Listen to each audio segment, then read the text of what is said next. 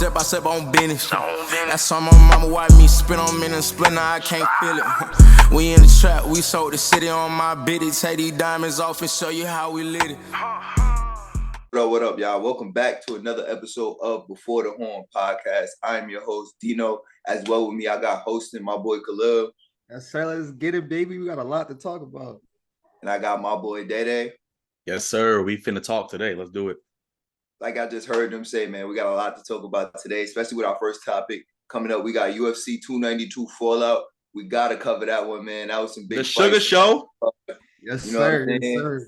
Following that, we got our top 10 corners in the NFL going into the 2023 season.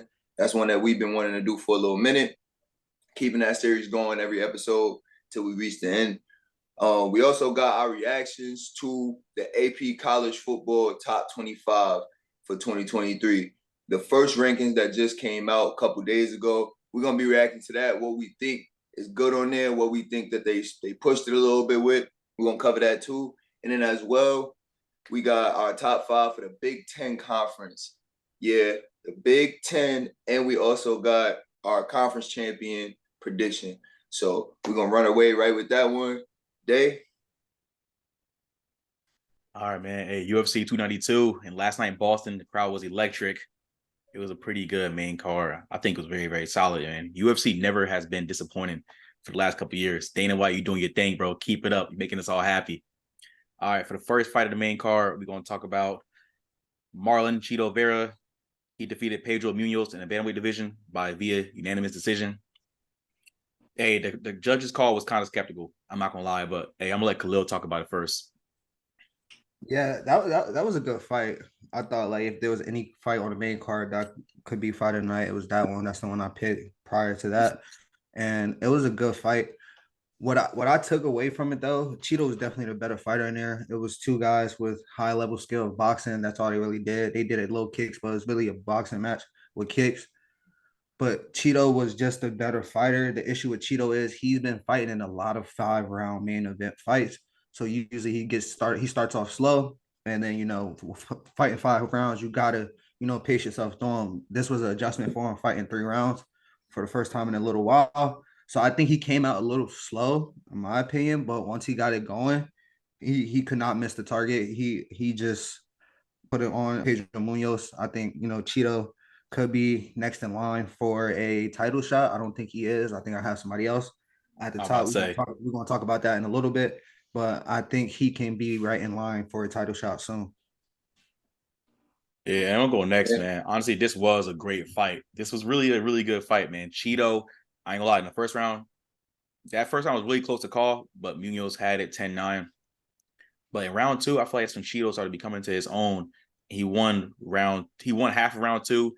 So it was really round 3 that really put him on the map. In round 3, like, you just see how his conditioning, his training, because like Khalil mentioned, he's been fighting 5-round fights in the last couple of fights. So he hasn't fought a 3-round fight in a while. So it's like, but the way he trains, it just shows, like, because in round 3, he went crazy. Like, Munoz barely got anything off against Chito in that round 3. Chito rightfully won. Only thing I disagree with is the judge's call. That was not a unanimous decision victory. That was a split decision, in my opinion. I feel like they thinking Chito won 2 rounds. I mean, honestly, a lot of people are saying Pedro Munoz got robbed in that fight. I can see some people's thoughts with that.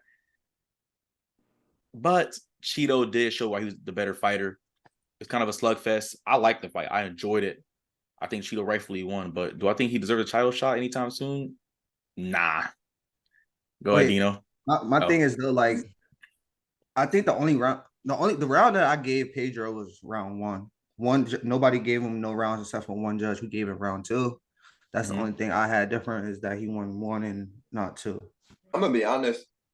If you ask me, the first 2 rounds I could have gave to either one. It was actually a fight, if you ask me. Until round 3, we're seeing Vera pulled away in round 3. I mean, like I said, he's used to fighting 5-round fights, so it showed when the endurance and the history of what he's been doing comes in that round 3. He was able to dominate them, but at the same time, you say you don't. I mean, I'm gonna be honest. I think it's good as a unanimous decision. I'm gonna be honest with you. The only reason why I could agree with you, though, is because, like I said, the first 2 rounds, I feel like you could have gave it to either one of them. going back and watching it too, I still think to say I went back and watched it before we got on. I still say the same thing. I feel like you could have gave round 1 and 2 to either one of them.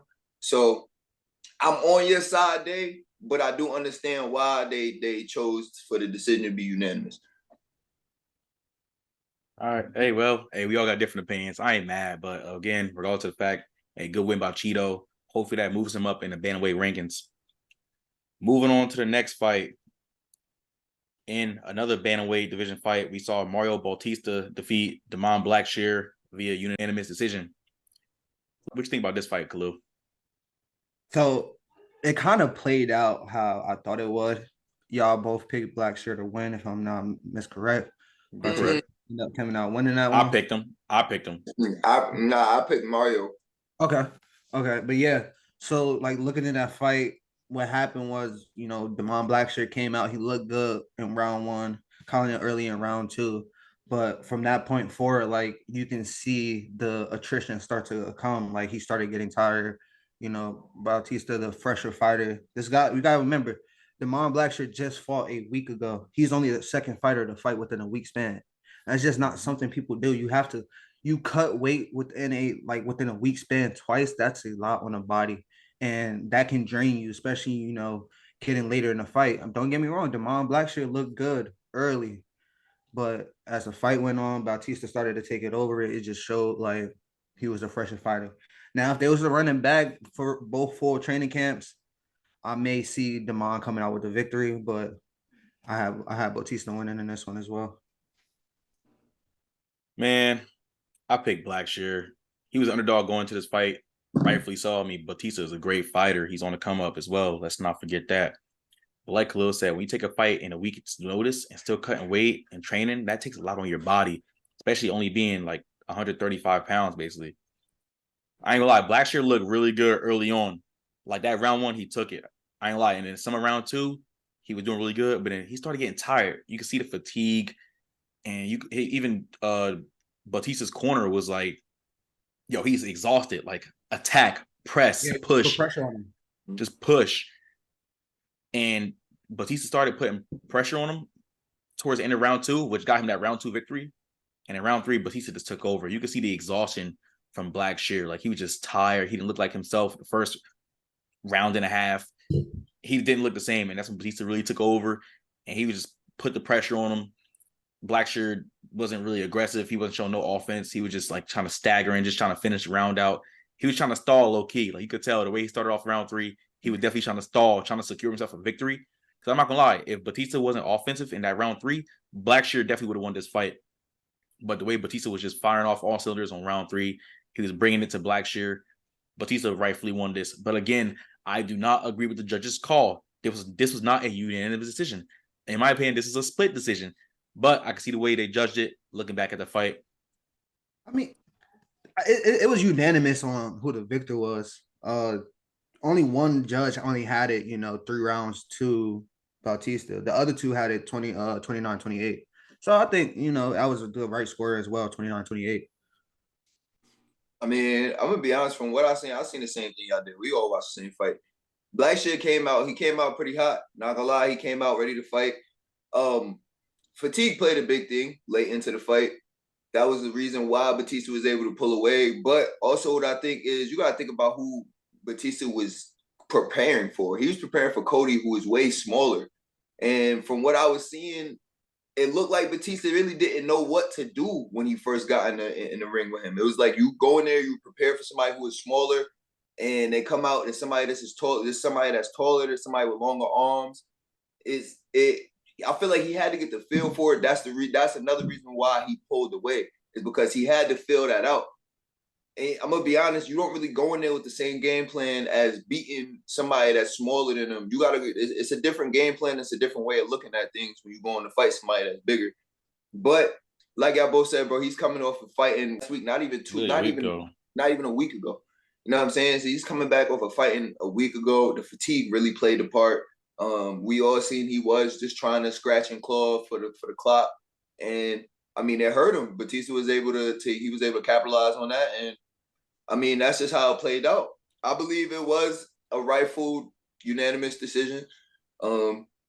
But and like y'all both said, I do feel like if Blackshear was, give him the proper time to train, at least probably 3 months or so, and they both had the proper time to train and they both was prepared for each other, I feel like it'd be an even better fight. But I think Blackshear will come out with the win. Facts. I mean, they fought before though. This is not the first time they fought, so they did fight before. I think, if I'm not mistaken, Bautista did win that first one as well. But that was the only thing. I was like, even though it's a short notice fight, it's somebody that you fought before. You've been in the octagon before. So, but yeah. I get the change of camps like last minute. I gotta on the fly get ready. I was getting ready for this one guy for the last couple months. Now I gotta change everything up and within a week. So I get it though. I feel like Batista would have beat Cody No Love Garbrandt as well. I'm not gonna lie, I don't like Cody No Love. I think Batista would have beat Cody too. Yeah, I don't like Cody No Love. Yeah, he's a waste of time. Oh my God, he sucks. He sucks. He sucks. Dude, what is funny, man. All right, let's move on to the next fight. Match 3 of the night in the welterweight division. We saw Ian Gary defeat Neil Magny via unanimous decision. Complete dominance. Defeat? It wasn't a defeat. It was complete dominance. It was. What do you call that? It was disrespectful. Khalil, I'll let you talk about it first, though. Go ahead, bro. We don't have to look too much further than what the score might say. Like, one judge literally gave this 10-8 3 rounds. Like, that's how dominant he was. And I told you that, I told y'all this on our last podcast. I said if he goes out there and he goes out there and completely dominates him or even finish him, he's ready to make that next step. And he's seeing the task at him, and that's exactly what he got. That's exactly what he did. You also got to remember, in his last fight that he won, this is the guy that he called out. This is the guy he really wanted. He didn't want Jeff Neal. He wanted Neil Magny. He got what he wanted, and he went out there and completely dominated his own. Why he's the next best thing out of Ireland. Dude, this fight, I was like, bro, just call this fight. One of y'all, somebody in Neil Magny's corner, throw the towel in, throw it in down. After round 1, I was like, he's gonna murk this guy for the next 2 rounds. I tried not to get carried away myself because anything can happen in this sport. But dude, the way Ian Gary was on him, he was so offensive. Like, Neil Magny did not look who the Neil Magny that we all know. He looked completely outclassed. Only reason why he survived in that fight because he was so tough. The leg kicks were getting to Neil Magny, especially in the last round. He was limping on one leg. He was just trying to survive at that point. And Ian Gary was just putting it on him, like he was killing him. Like, he was talking trash the whole fight. He gave him a middle finger. He was getting in his face, like yelling at him. He was going crazy. Like, I was like, bro, you could tell it was personal though. It was so personal because the press conference made it personal. I was like, in that press conference. Like, it was real crazy. That's what made it personal. And in the face off. Exactly. So I was like, bro, the way he went out there and dominated him, a guy that's been in this sport in his division for a long time, it was just utter disrespect. Like, he made him look like it was nothing. So I agree, man. Hey, give this man somebody tough in the welterweight division, somebody who up there. Give him some tests. Let's see what he can do. Give him Burns. Give him no, Burns. Not yet. What do you don't think so? Not yet. Nah. See, here's the thing, though. This guy's 6'3", bro. He's a problem just size-wise and length-wise in that 170 division. Like, there's not many guys that's 6'3" in that 170 division. And he uses his range to his advantage. If you watch the kicks and the punches he throws, like, he uses them to his advantage. Like, he touches you and you can't touch him. And I think that's one of the things that make good fighters great, is that you use the advantages that you have as a fighter, and he's one of them that do it. Because sometimes you watch these guys, it's like, bro, you got the reach over him. Why are you getting in on him? But he did it perfectly on how you should do it. Bro, I'm gonna be honest. Kudos to Neil Magny for even sticking in there for that long, because I thought he was gonna crack so early, bro.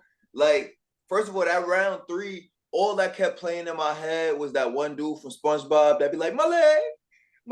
Every kick, bro. Every single kick. Like, he was limping around, bro. He was limping around. It looked like, bro, it hurt me. Like, I was grabbing my knee at home, like, yo, what is going on, bro? Like, your legs is hurting. Like, he really put a full beat down on Neil. He did. He put a full beat down. But it's not like we all didn't know that was coming. We knew that was going to happen. Right. I didn't know it was going to go the distance, though. I had Ian Gary taking it at a TKO. But like I said, man, hats off to Neil Magny for sticking in there for the whole time. But yeah, you got washed, my boy. Well, hey, let's see what happens with Ian Gary in the welterweight division. Let's see what's next for him. All right, moving into the co-main event. This was complete dominance as well from start to finish. It wasn't even close. It had some glimpses of moments where it could have been over, but it was dominance all in all. In the strawweight division, we saw Zhang Weili retain her belt and beat Amanda Lemos. Khalil, go ahead. You start this one off, bro. I don't want to say nothing. I mean, it was a pure domination. It just shows you why one is champion, one's ranked number 5 in the division. I called this as well. I said, I don't know if don't get me wrong, she's a powerful puncher, but I don't know if she's ready for that level of competition. And that's the crazy thing about, being in a women's division. And this is probably the best division within the women's realm of MMA. No, it definitely is. Yeah. But there's still talent gap between the top and number 5, as you can see. Just like from first round to 5th, I don't think there was a question about anything. I do have an issue, and I need to call him out. Nick Mahmoud gave Brown Ford a 10-9 to Amanda. Amanda did not win a round in that fight. How the hell do you give Amanda a 10-9? Like, she did not win a single round in that fight. Like, that's crazy to me. And this is the problem I have with the judges of MMA. Is like, bro, that's what I said, man. They need to get drug tested. Yeah, like, what do you see I'm missing? Because coming from the eye test, there was at no point, like, yeah, she had small moments, very small moments, but for most of that fight, she was completely outclassed and out-dominated and shown what makes the difference between a championship fighter and a good fighter. Like, there's levels to it, and she's just on another level. Man, I ain't gonna lie. Zhang became one of my favorite fighters in that 2019 when her and Yurchek went off in that crazy fight of the year. Like, she really put this division on the map. Like, I ain't gonna lie. Ever since we saw Zhang lose her belt to Rose, Zhang has come back stronger, and she's shown why she's one of the best women in this sport. Complete domination on Amanda Lemos. She won all 3 rounds outright. Like, can we talk about how she had 296 total strikes compared to Amanda's 29? That's a crazy. She set the record for the most strike differential. Like that's nuts. Like, bro, it was a round in there when she ain't land nothing, and I was like, wait, what? She didn't land in this round? She didn't land nothing. Like, yeah, it was crazy. Bro, that's how big that talent gap is. Like, bro, she has 6 total takedowns. She has over 16 minutes of total ground control. It was an outright domination. Like, hey, I ain't gonna lie, Amanda Lemos, that first round where she had that Darce choke in, I thought she had it. But of course, Zhang escaped, obviously. It was a couple moments. We saw some flashes of Lemos showing like why she's a good fighter, but she's nowhere near on Zhang's level. Like, it's not even close. I don't think Amanda should even been in this fight. Apparently Amanda wanted to win the belt so she could probably fight Thug Rose, but apparently Thug Rose is moving up to the next division. Is she? That's what I'm hearing as well. That's what I read, but who knows if it's true or not. I think her and Zhang should run it back again. I just want to see. I think they should run it back for a third fight, even though Thug Rose is 2-0 against Zhang. But I feel like the moment Zhang is in right now, like the run she's having, bro, Thug Rose might want to actually just move up and not take this fight. Nah, I would want to see that too. I mean, Zhang, all right, so last podcast, I definitely did go out there and say that. I took Zhang, but I didn't say, I said it wasn't going to be that easy. I stand corrected. It was that easy. it was that easy. That was a beatdown, all right? I mean, we seen some life from Amanda. We seen some life from her a couple times, but like you said, Lil, there was not one point in this fight at all that she went around or anything like that. There was not one point in this fight, so I don't know what the judges are seeing, but they need to be drug tested at that point. But that was ridiculous. That was ridiculous. I mean, bro, Young said that she wants to fight Sean O'Malley next. Are you serious? Like, do you know? Are you serious, bro? Like, you know the level this lady is on? Do you know that if I was her kids, I would be scared of her? Like, this lady is on a different level, bro. But like I said, nah. bro, Running Like, back. After I watched that video of her picking up Francis, I'm scared. I was shook. I was like, yeah, that man's almost 300 pounds. She picked, bro. That woman. She picked him up. This woman's 115 pounds, picking up a almost 300-pound heavyweight. Like, that is crazy. Imagine what she'd do to you, Daywan. Chill out, bro. Yo, so question. Chill out. Who's next to contend for the belt at strawweight? And is she number one PFP? And for women's, you could say she is number one PFP, but I mean, we gotta wait till we see Shevchenko versus Alexa Grasso. We gotta see that. But as of right now, I think Zhang is definitely number one P for P in the women's, like, just as women for overall. But who's next for her? Yeah. Bro, I want to see her and Thug running back. Part 3. I know Thug beat her twice, but I want to see them running back, dog. I don't care. Nah, I want to see that too. I can't really say who she. I can't really say if she's pound for pound best. I want to see that one again. Yeah. She lost to the same person twice, so you really can't say. Bro, we got running back, bro. She lose 3 times, then we got a different conversation. It got to be a different. You feel me? But see, what I think is I think right now she is number one PFP. I think when the rankings drop on Tuesday, she will be at number one for PFP. But it's just because everything's so up in the air. Amanda just retired, and Shevchenko lost her belt in her last fight. She fights next month. She hopefully she gets it back. But given that performance that she put on and the amount of the open opportunities for that PFP spot, yeah, I gotta give her PFP. I'm not gonna lie. You have to. What's next for her in that division? I think we all agree. Like we want to see Thug Rose back in there at 13. I think we want to see Thug Rose back at 15 fighting her out because whatever we thought about her in that Collar Esparza fight, I think Thug Rose is way better than Collar Esparza. I feel like Esparza just got kind of lucky. I won't say lucky. Yeah, she beat her. She beat her, fight but was pure luck. And like, I don't know what's going on with Rose. She really hasn't fought in since. So I don't know if she's just training content on going up to 25, or can Dana, Sean Shelby, and them talk her back down to 15 to beat elite again? Because at the same part, if you Thug Rose, yeah, you could go like if you down to do the weight cut. I think Thug Rose feel confident enough to go back down there and regain that belt, especially against Whaley. All right, we're gonna see, man. Hey, moving into the main event of the night, ladies and gentlemen, welcome to the Sugar Show. We saw Sugar Sean O'Malley defeat Aljamain Sterling in the bantamweight division to win the bantamweight championship. This was insane, bro. Hey, I'm not gonna lie. I'm gonna say this first before I let Khalil go. Hey, Sugar Sean, you got my respect, right? You know how I am. I keep it a buck. I'm not gonna lie. In my opinion, hey, Khalil, just go, bro. I'm gonna talk a little bit. Khalil, just go, bro. Listen, so I'm gonna already say he done proved people like you and everybody else that he belongs. Because everybody questioned it. Everybody called the Dana White treatment. Everybody gave him every excuse in the book. They didn't even Aljamain Sterling after the fight said he's better than I thought he was. Like I didn't know he was that good, but I thought it was just pure Dana White treatment until you step in there with him. And what you see is that right hand packs a punch, especially at that weight class. That right hand packs a punch at 35. Mm-hmm. Like he's just dangerous.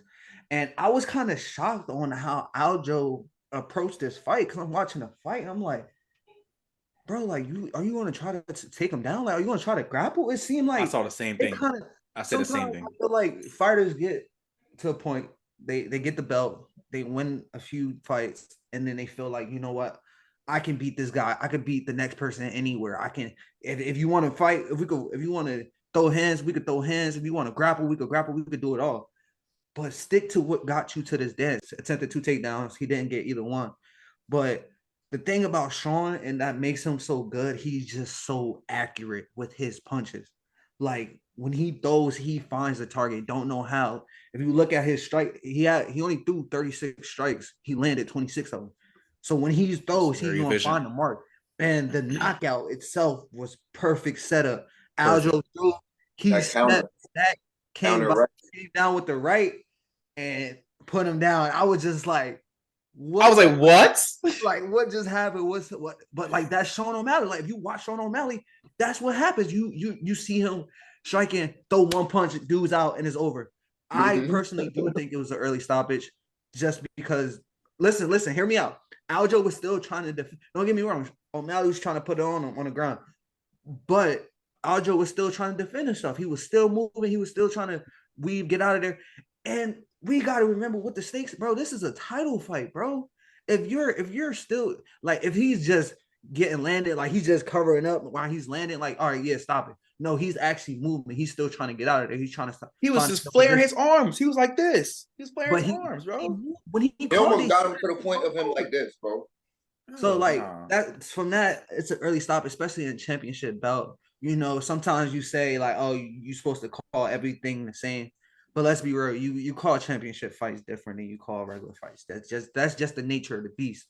So from that standpoint, I think it was an early stoppage, but Sean O'Malley 100% deserved this win. I did not pick him, but I did call if he does win, he will knock him out, and that's exactly what he did. All right, so again, Sean O'Malley, you got my respect. I'm not gonna say I disrespected you. I did think it was a Dana White treatment. I did think you got lucky. Your run to getting this belt was a little bit lucky leading up to the championship fight. But you beat some impressive guys on your way to getting this belt. I'm not going to lie. I'll give it to you. Now, Aljo, I feel like he took himself mentally out of this fight. He did all the talking. He did all the trash talking about Sean O'Malley. But, dude, I agree with you, Khalil. Like, bro, you did not look offensively aggressive as you should have been against a guy who's not good against defending takedowns. Like, Aljo, you should use your grappling to an advantage. You're not a stand-up striker.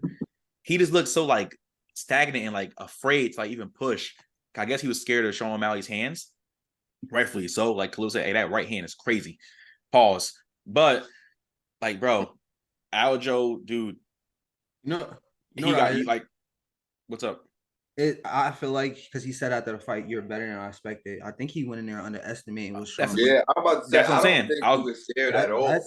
That's what it came down to, like, and I think if that's the case, like, you underestimated what this guy can bring to the table. Like, you kind of like shortchanging yourself within the fight because it's like you're kind of sleeping on your opponent, and those are the ones that get you. And that get you. That's what I'm saying. So Sean O'Malley, he's a great fighter for standing up. He showed why, and that's why you never take anything. Like, you don't sleep on anybody. They're at this point, whether you agree on how they got there, that's another reason, but they're there for a reason. Yep, that's what I said. Hey, see what I was saying?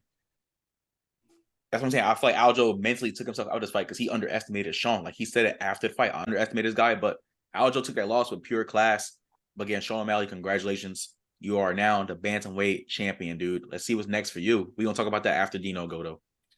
Yeah, I mean, I'm going to be honest. I agree with what Lil said. Watching Sterling getting into this fight, it seemed like he wanted to go in there and prove a point. Like, he wanted to beat Sean in his own game. Like, he wasn't going to take it to what he's good at. And that's how you ultimately got beat. That is ultimately how you got beat.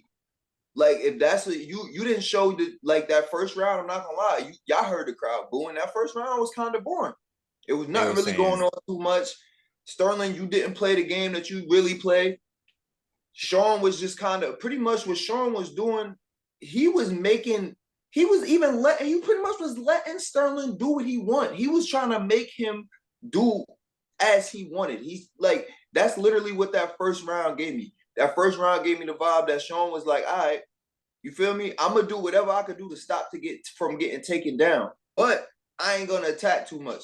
That second round came around. He noticed that Sterling wasn't going to try to really attack too much as far as getting him on the ground. That second round came around, and he just took advantage of that. That's how you get beat. That's how Sugar Sean is going to beat you. Because, like you said, Lil, when he shoots, he's going to hit. Plain and simple. When he shoots, he's going to hit. And that's exactly what happened. So, I mean, if he would have went in there with his original game plan, which I feel like probably was his original game plan because that's your strength, you're a grappler, that's what you do. You should have went in there and did what you were supposed to do. You might have came out with the dub. But, I mean, you try to fight somebody on the same level as them at their game, like you said, bro, he was there. He got there for a reason because that's what he does. Why would you go with him with that? He messed up. He messed up when he let him get comfortable. Because if you hear Sean, you hear Sean talk, Sean gave him all the respect. He gave him all the praise and respect, 100%. Leading up to the fight, and then he went out of the fight. He said, "Like this is the most nervous I've been, like because he's never been in this situation." So that's the thing. Like if you're Aljo, make him prove that he belongs. Don't let him get come. Show him that's why facts. There's a level difference. There's a difference between championship level and just fighting ranked guys. Because the champs, they gonna make you prove if you belong or not. They're not gonna let you get comfortable. You gotta fight. Like they're not gonna let you get comfortable. But I got two questions. First one, with Aljo, he's had a lot of talk about him saying he's moving up to 145. Leading up to this fight, but if you listen to him at the press conference, there was some kind of uncertainty. He even said if Sean go out there and did this to me, what you think? What Volkanovski gonna do to me? Yeah, so he's kind of uncertain. So what do you think is next for him? And then my follow-up question is, what do you think is next for O'Malley? All right, I'm gonna start this one. What I think is next for Aljo, don't move to 145 yet. If you would have won this fight, sure, relinquish your belts, move up to 145. But I feel like for Aljo, bro, try to get yourself back right and run it back with Sean. I would say like either in December or early 2024. You could either end this year off right or start next year off right. Dana White, we know he's gonna make it happen. But either get your shit together and run this back with Sean, or you could just let Mayrob, which I'm gonna talk about next, or you can just move it to 145. But what's next for O'Malley?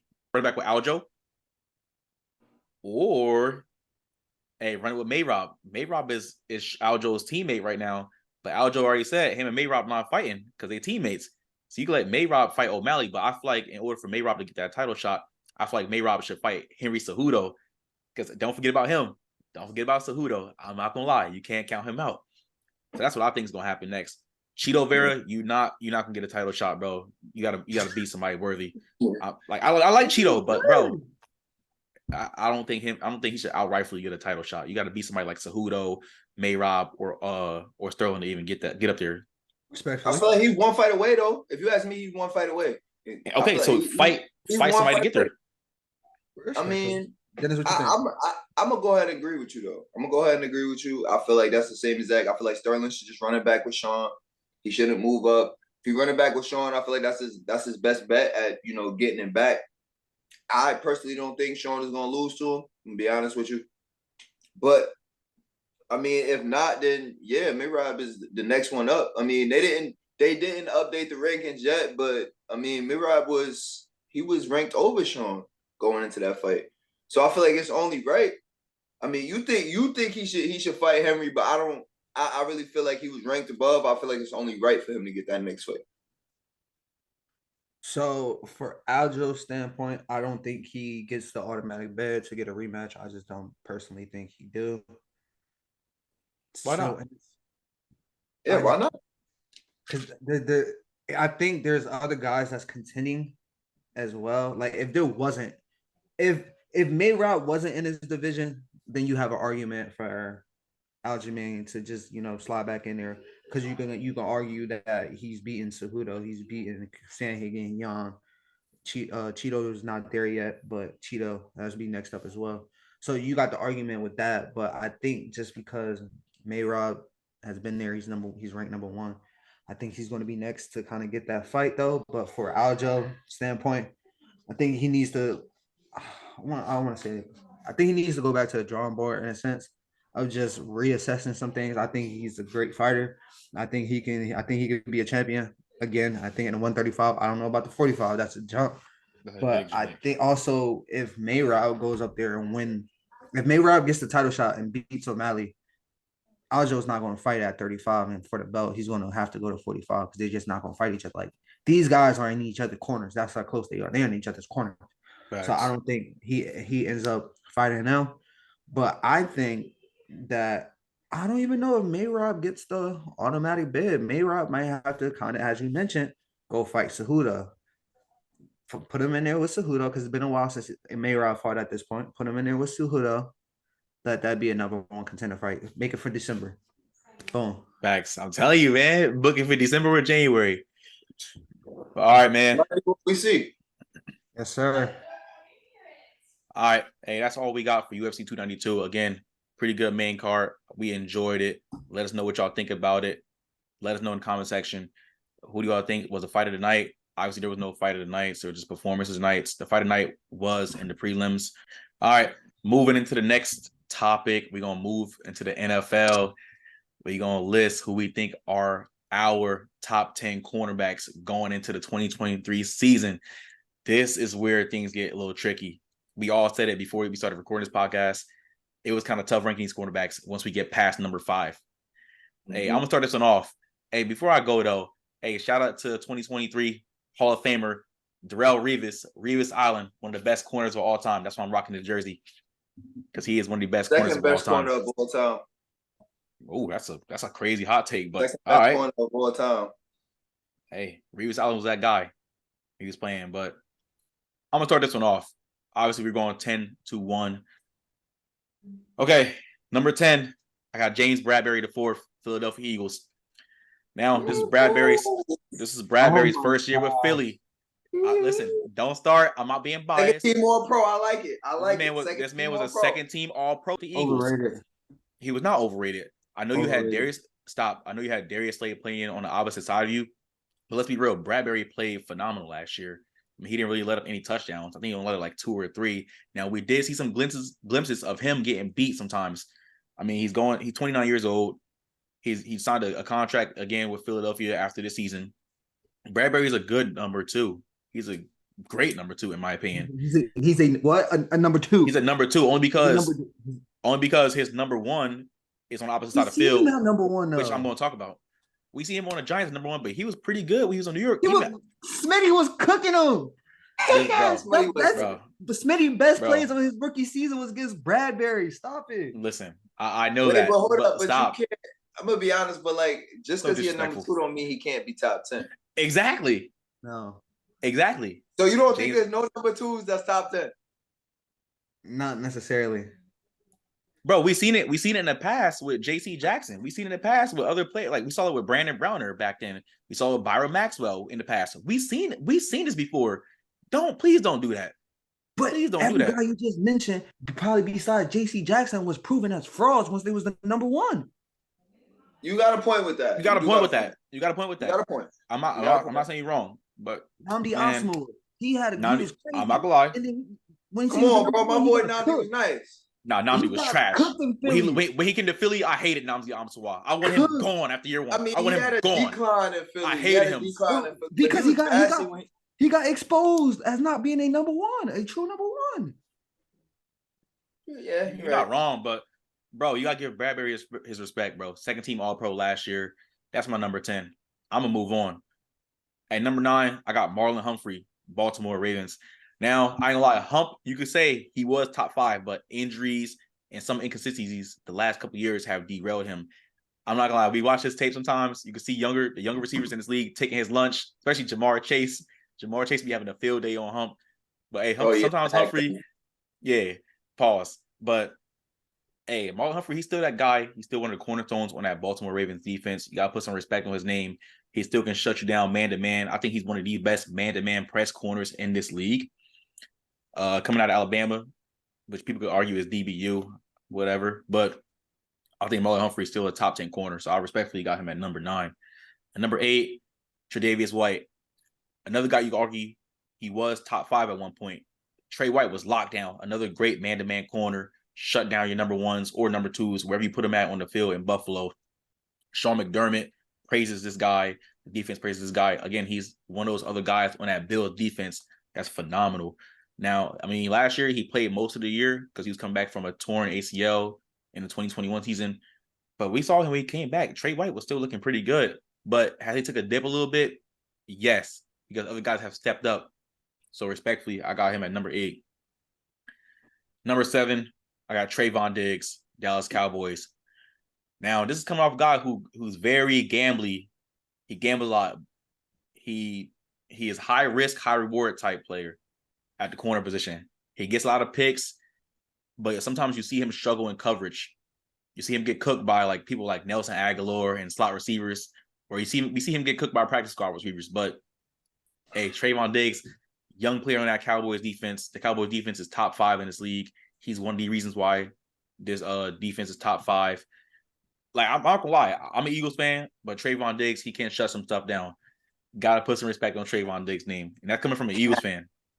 Yeah. Bro, I know he get beat on double moves a lot. I'm telling you, we've seen the film. I'm not mad that he's going to get top 10, but I'm mad he's at number 7. If there's any place you could put him, I'm not putting him no over than 10. I'm sorry. That's in my opinion. I said this before we started talking about this topic. I said this. From 6 to 10 was very tricky for me. It's very, very tricky for me, but I had to rank it how I ranked it for a reason. But I got Trayvon Diggs at number 7. At number 6, I got Tariq Woolen. This is one of the brightest corners in this league. Now, a lot of people don't think he's even top 10. I think he's number 6. I think he's right below that top 5. This kid stepped up last year. Bro, he's like 6'2", 6'3", runs a very fast 40 time, run like a 4.3. He can keep up with any receiver in this league. In my opinion, he can even keep up with Tyreek Hill. Might have some help at the safety spot, but still, hey, Reek was really good on the outside last year in Seattle. Hey, he's one of those bright pieces of that Legion of Boom 2.0.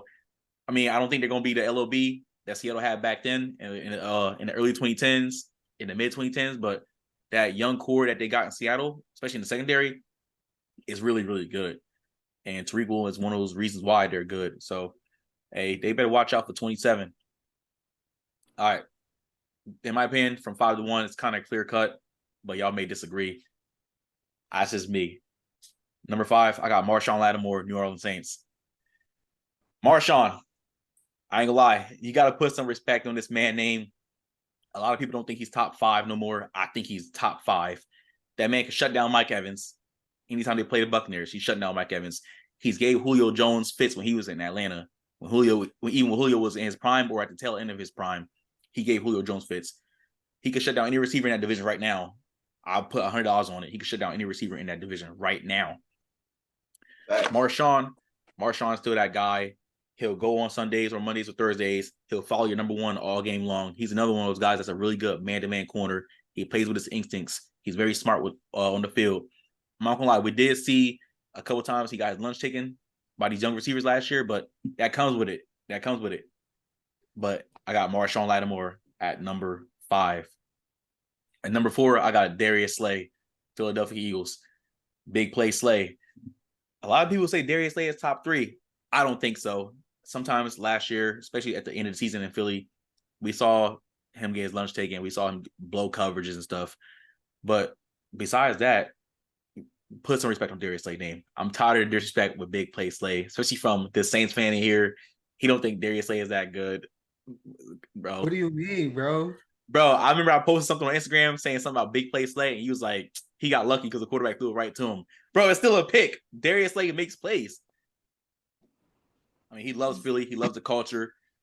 Even playing in a bad defense sometimes, he's been that. I would love Philly too if I was him. Bro, whatever. Even playing in some different types of defenses over the years in Philly, he's been one of the bright spots on that Eagles defense. A vet in this league. He's teaching all the young corners on that team. And this is the second Eagles corner ranked in the top 10, in my opinion. You got Bradbury on one side, you got Philly on the other side. So, hey, that's who I got number 4. I got Darius Slay.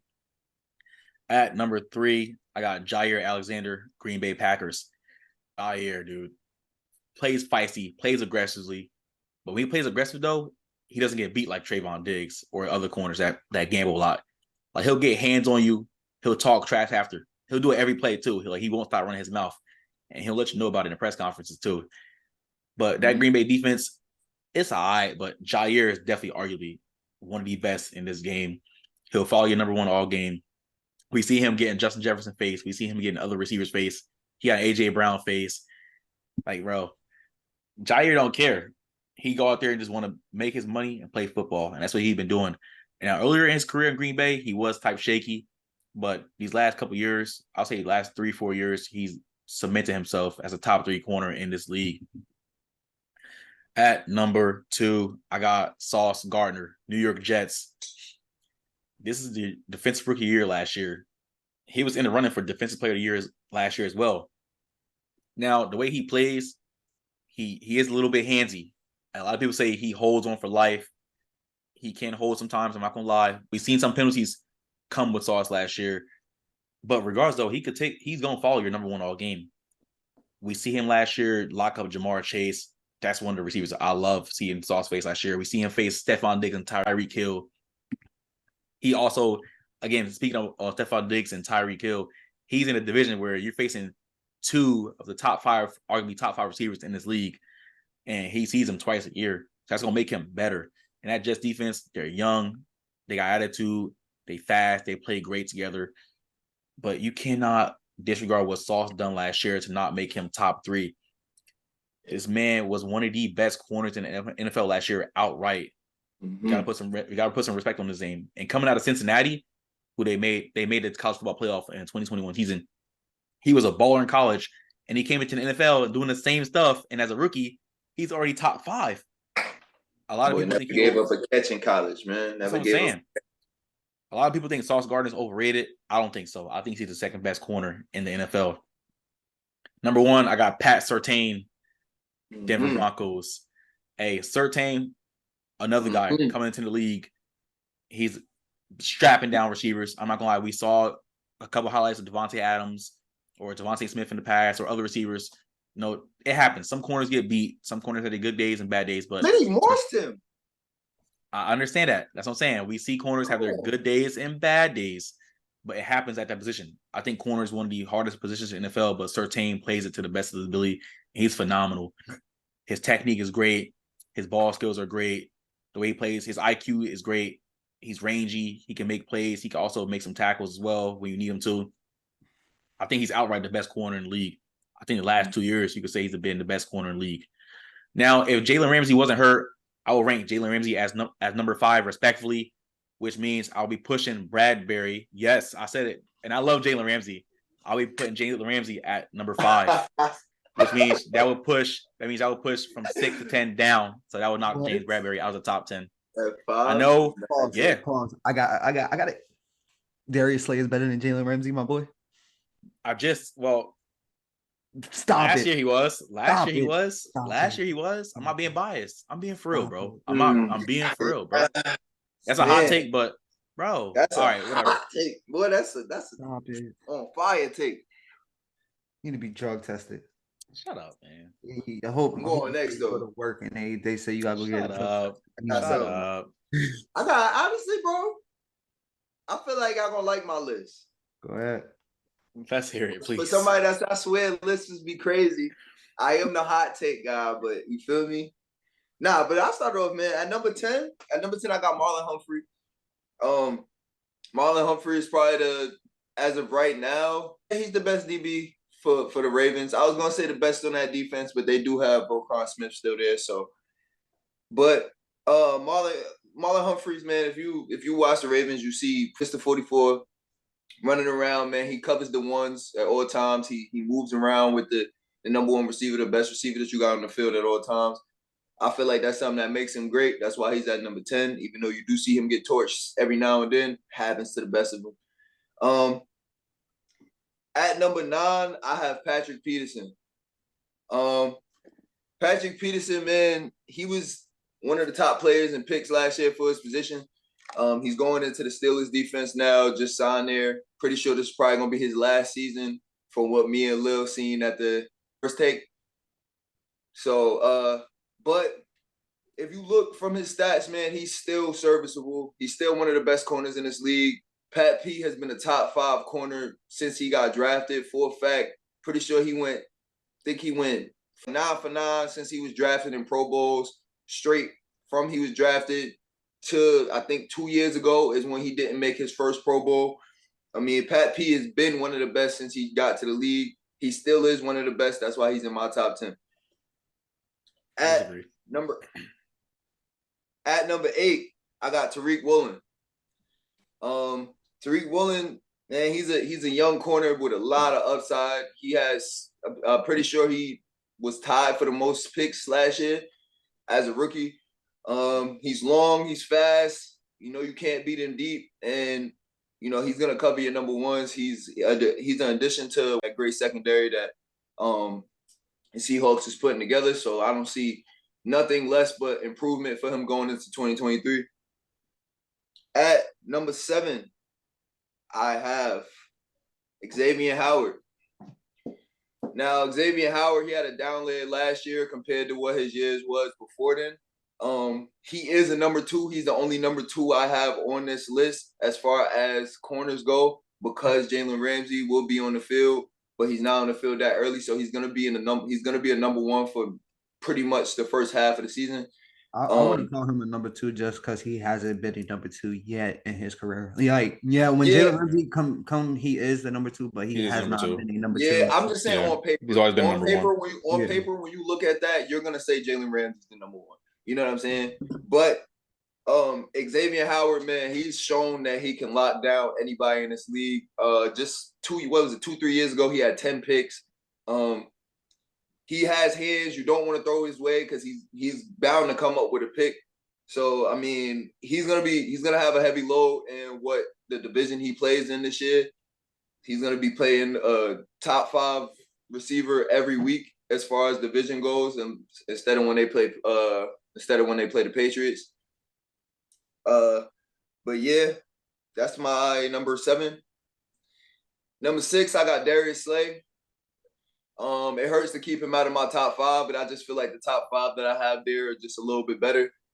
I love Darius Slay. I'm an Eagles fan. I feel like he's that guy. If you ask me, he's definitely, if not the best man corner in the league, he's one of them for sure. If you put him on your number 1, he's gonna. I'm not even worried about Lil. He's an Eagles hater. If you put Darius Slay on your number 1, that he's gonna make something happen. You've seen what he did to Justin Jefferson. I mean, it goes to show you that Darius Slay is gonna put in work when work needs to get put in. He did have an improvement for his number 2, having James Bradbury. I left James Bradbury off the list. I feel like he could have honestly been on the list. That's why I like that pick that you had at number 10. He could have been there if you ask me. I just like my 10 a little bit better than him. But I feel like Darius Slay is not going to show any type of slouch going into next season. I feel like he's just going to be even better and could possibly push up into that top 5. Now, here we go for my top 5. At number 5, I got Denzel Ward. Yeah, another player that had a pretty off season last year, but Denzel Ward is still that guy. Ohio State product, so I'm going to be rooting for him for his whole career. That's why you put him top 5. Nah, never. Can't let it go. Denzel Ward is that. Denzel Ward is. I know he's good. If I didn't have Bradbury, if I didn't have Bradbury at 10, I would have put Denzel Ward 100%. I mean, Denzel Ward, bro. I got him at number 5 mainly because the Browns have made improvements to their defense in their front 7. I mean, if you're not gonna be able to run the ball as good as you could on the Browns, you're gonna have to throw it, and you're gonna throw Denzel Ward's way regardless. I mean, he's gonna be at your number 1s. If you want your number 1 to produce and your number 1 is an actual number 1, you're gonna have to throw at him regardless. And Denzel Ward has blanket defense. That's just how he rolls. And he's not scared to hit. You do see Denzel Ward coming up and making hits too. And I feel like that's something that also makes him good for somebody that's that size. I mean, what is he, like 5'9", 5'10"? He's not the biggest DB, but he's scrappy. And his size don't mean a thing. At number 4, I got Marshawn Lattimore. Marshawn Lattimore is respectfully going to still be a top 5. Again, Ohio State product. I'm going to love him for his whole career, no matter what team he on. He's another guy that you put on your number 1, and you're gonna expect him to do what he does. You don't worry about him. Anybody in this top 5, you don't worry about. You put them on the number 1, you're not worried about them. You really just think that he's going to take that player out the game, which he does a lot of times. I mean, we brought up what he does to Mike Evans. Him and Mike Evans probably got the biggest wide receiver as of right now. After the Odell and Josh Norman stuff, them two have the biggest wide receiver corner beef in the league. You're going to expect at least one unsportsmanlike conduct or some type of. It's not a competition. Some type of late. All right, man. All right. Some type of late hit or something, some type of fight in between those two men. When they get on the field, they talk, they chat, they get handsy. And that's a matchup that you're going to want to see every single time. You're going to want to see that matchup. But Marshawn Lattimore wins 90% of the time, and that's why he's there. And you could put respect on Mike Evans' name and seeing what Marshawn Lattimore does to him every time. Now, I'm not gonna lie. Only thing that I say about Marshawn Lattimore is that he does have a problem with the route runners. He does have a problem with them ones who get a little shifty, i.e. the Stephon Diggs, the Justin Jefferson. the Justin Jeffersons, It's like the small receivers, the small shifty receivers. More the small. I'm not gonna lie, he does have more of a problem with those, but I'm not really scared. You know what I mean? I'm not about to be scared. He might give up a big play too, but I'm not scared. That's just how his game goes. Everybody has a little chink in their armor that you could go off of, and that's his thing. That's the only thing. At number 3, I got Sauce Gardner. We all knew what Sauce was going to be coming into the league. We all know he was going to be a strap corner. He's my size at DB, so I already know that's an issue. That's an issue for me. So I know it's an issue for a lot of people.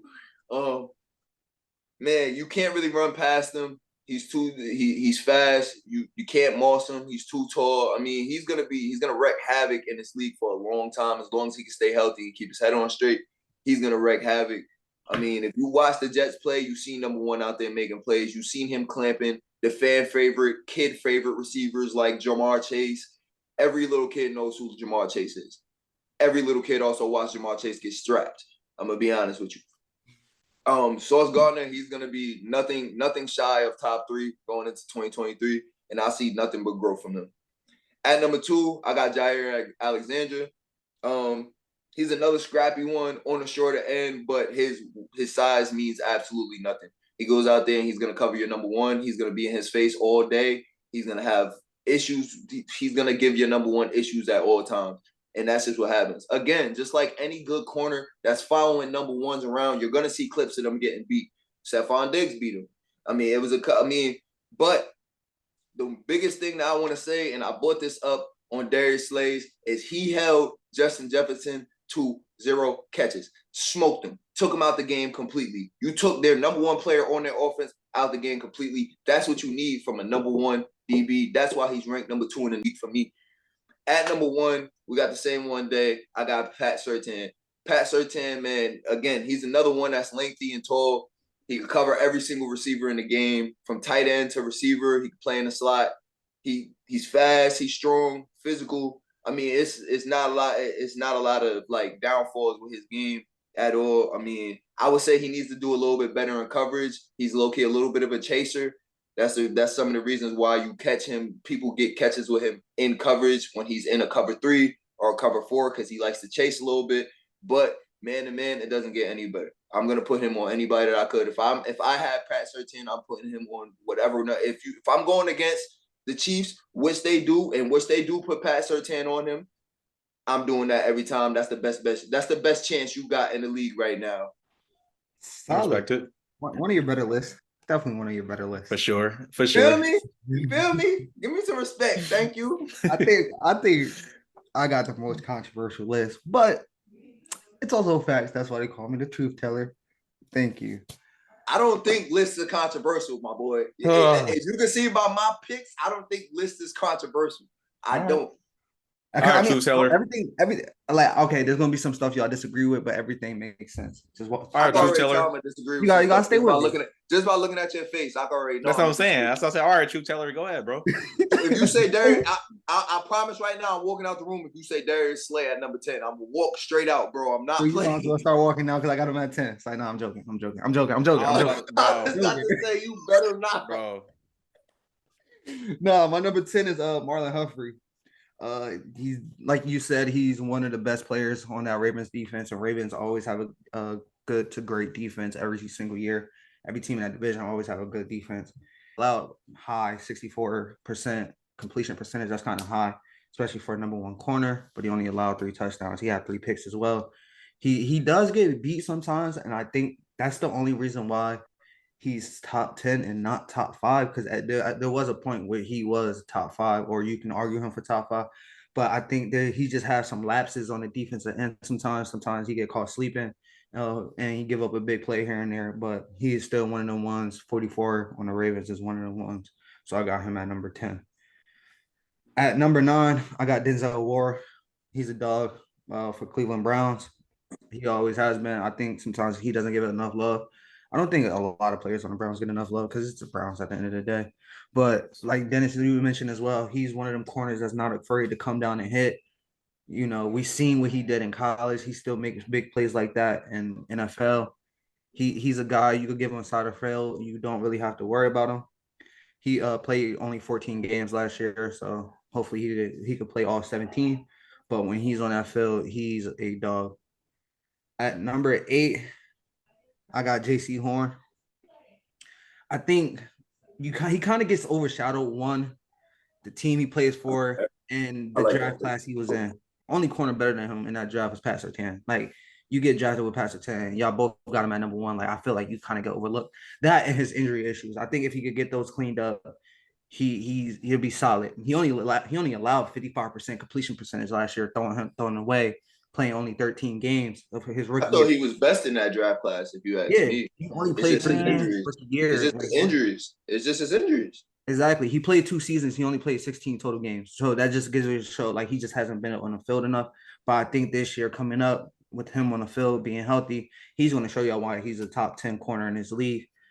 But that's just my personal thing. I think he's going to be up there by the end of the season when it's all said and done. At number 7, I got Trey White. When he's on the field and he's healthy, he's a flat out dog. He's the best thing on that Bills defense. I think everybody says the biggest question is not Trey White, but who's on the opposite side of the field of Trey White. That's where, you see a lot of issues within that defense. My biggest issue with Trey White is just kind of not going in the right direction when it comes to playing games. Rookie year, he played 16. Next year, he played 15. Year after that, he played 14. Year after that, he played 11. Last year, he played 6. So this is a guy who could be a top 5 corner, but he just cannot stay healthy, and it's not looking good year after year. And if he's not healthy this year, I may have to drop him out of the top 10. But for now, he's still there because that's a fact. When he's on the field, he's a dog. He just got to stay healthy, and he could be top 10 easily, in my opinion. At number 6, I got Darius Slay as well. Don't get me wrong. I always thought Darius Slay was a good corner, one of the better corners in the league. But here's the thing, bro. Like, he is also a product of that defense that y'all have out there. I don't want to hear no ifs. Whoa. Listen, let him cook. He's still at number 6. He's at number 6. So it's not like I'm thinking he's bad or anything like that. But just a couple years prior, he was nice in Detroit, right? He was nice in Detroit. And he kind of just slid a little bit. Then he got traded to Philly. He was solid in Detroit, but he wasn't that. But once y'all got that great defensive line, y'all got them defensive pieces. You had CJ, GJ in the back. You had Bray on the other side. I think he's overrated. I don't think he's top 10 like Day One has him, but he's still a good cornerback. Don't get me wrong. But when you got all that around you, your pass rush is getting home. You got 4 guys on that defensive line that had over 11 sacks. When you got guys getting off the quarterback like that, you don't have to cover for so long. You don't have to cover down the field. He's up there because we seen what he did against Justin Jefferson and stuff like that. So I give his credit where his credit is due. But it's not like he's asked to do the most. Like, he has to recover for so many holes they got in that defense. He is just another piece on a great defense, in my opinion. That's why he's at number 6. I definitely don't think he's top 5 like Day One. Number 5, I was going back and forth on it, but we're talking about going into this year and who we think by the end of the season where you're going to be ranked. So I got Jair Alexander at number 5. Yes, respect. This guy, I got him. Listen. I took like my top 5. I want to hear it. I want to hear why. Have some issues going into next year. So I want to hear it. Don't get me wrong. He's a dog. He's a little undersized, but he can cover. Green Bay. He's one of the bright spots they got on Green Bay. Green Bay, for always having Aaron Rodgers, they have been led by their defense as well. They always put a lot of stock in their defense. He doesn't give up much. He had 5 interceptions last year. He did allow 2 touchdowns. But when he out there and he plays, he's a dog. I got him at top 5 just because of 4 people I got above him. Number 4, got Marshawn Lattimore. You guys kind of mentioned it. What Day One? What? Say something. I'm not saying nothing. I respect Marshawn. I'm listening. But no, Marshawn Lattimore, he's a dog. Especially, he's a guy with the right matchups. Like you put him on a guy, he's taking him out. Like we see it every year with Mike Evans and stuff like that. You put him on a guy, he takes it out. Yes, he does have some issue with some smaller guys. That's just because he's very aggressive. He gets very handsy. He likes to get up in your face. He's a very physical corner, and he's one of the few physical corners that we still have in this league that can cover anything. He's the guy that you give a side of the field you don't have to worry about. So for that, he's number 4. And from everything that I've been hearing going into the season, this is the best he's looked since his rookie year. Like I want to say Facts, since I heard that too. most too. engaged from like the small details. This is the most engaged he's been. So I think he'll have a big year this year. At number 3, I got Trayvon Diggs. And reason why, listen here. And y'all got on me for having him at 7. Y'all got on me for having him at 7. This man has him top 3.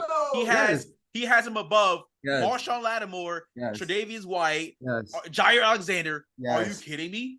No, Stop. I'm Go not. ahead. Go ahead. Go. Listen, Come back. Listen, this is a no guy. way. This is a guy who's gotten better. He's gotten better every single year that he's been in the league, from his rookie year to what year did he not get better in? Last year. That was the best cover stats of his career. What are you talking about? It was. He didn't No, it have as was. many picks, but that was He his didn't have best his pick, cover. but his coverage was better. His coverage was better. Of his career. His coverage was better. They didn't throw him the ball. They didn't throw his way as much. None of that. They didn't pick on him the way they used to. He didn't fall for the double moves. And I think he's just getting better. This is a guy who has not been. Everybody else on his list has grown up playing the cornerback position. He didn't grow up playing the quarterback position. He started playing that once he got to college. I think his sophomore year in Bama. And it took him a while to get it. And if you watch his trend, everything's going up from his rookie year to sophomore year. His sophomore year, he showed he belonged as a good corner. He gets beat, but he showed he could take away the ball. He tightened up a few things, and you see what happens. Next year, he didn't get as many interceptions, but what he do? He improved within his coverage. He was more respectable as corner. And I only see that trend going up. He's getting better and better every year. He's going in there and battling every day with CeeDee Lamb, one of the best receivers in the league. Like he has no choice but to get better. If y'all watched him in camp, he's picking up, like, it's Dak Prescott. Don't get me wrong, but he is killing Dak Prescott right now. He is giving Dak Prescott so many problems. Don't get me wrong, it's still practice, but this is just a guy who has been getting better every single step of the way. So I think he takes that next step again next year. At number 2, you can go however you wanted it. I was going back and forth on how I wanted it, but number 2, I have Pat Surtain. He allowed 58.4% completion percentage, 2 interceptions, 4 touchdowns allowed, which is kind of a lot. I think that's kind of what gave, why I took him down a little bit. Yes, he gets a little overly aggressive. He bites sometimes, but he is for sure a bright spot on that defense. The next few years, it's going to be him and my number 1 battling out for number 1. You could put him in either order you want. I don't have an issue with it. But number 1, I got Sauce Gardner. If you've seen what he came there and did as a rookie, this is his rookie year. He only allowed 53.5% completion percentage. As a rookie, that's crazy. A lot of rookies get cooked. He only allowed 1 touchdown last year as a rookie. And he has no choice but to get better as well. I don't know if y'all been watching Hard Knocks or not, but him and Garrett Wilson go at it. Go at it. They go at it, crazy, bro. And if you actually watch them practice, and iron sharpens iron. How they're literally making each other great. If you watch it before your eyes, they're literally making each other great. This is Quote for quote said that too.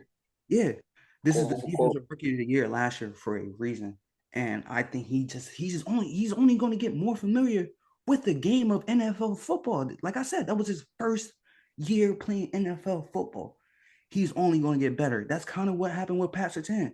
From his first to second year, Pat, you've seen the flashes, but once Pat Surtain got familiar with the game, he took a jump. I think that's the same thing that's going to happen with Sauce going into this next year. So that's my top. Yeah, this man's list was very controversial, but I respect his reasons why. So I'm not going to even. I'm not going to say nothing. I do, but bro, Trayvon. Trayvon Diggs I like your reasoning. Like if we're talking about, it's after last season, cool. But we're talking about how the 2023 season going to play out. I like your reasoning. Yeah, he's just been a guy that's been trending the right. So man, look, he's literally the opposite of what Trey White is. You brought the facts. You did bring the facts, and I like your reasoning. Top 10? Top. Top 3? You Three. wilded out. You're wilding. Yeah, exactly. You're You wilding. wilded out. I'm sorry, bro. Tripping. Yo, bro. Let him. There's Let him not. cook. All right. So, all right. Yo, so here's what I'm gonna say, bro. Here's the perspective I'm gonna put it in. How many other players on that list that you put top 10 that you gonna say that you gonna worry about getting beat, other than Trayvon Diggs? Not that worried about Trayvon Diggs. I'm really not.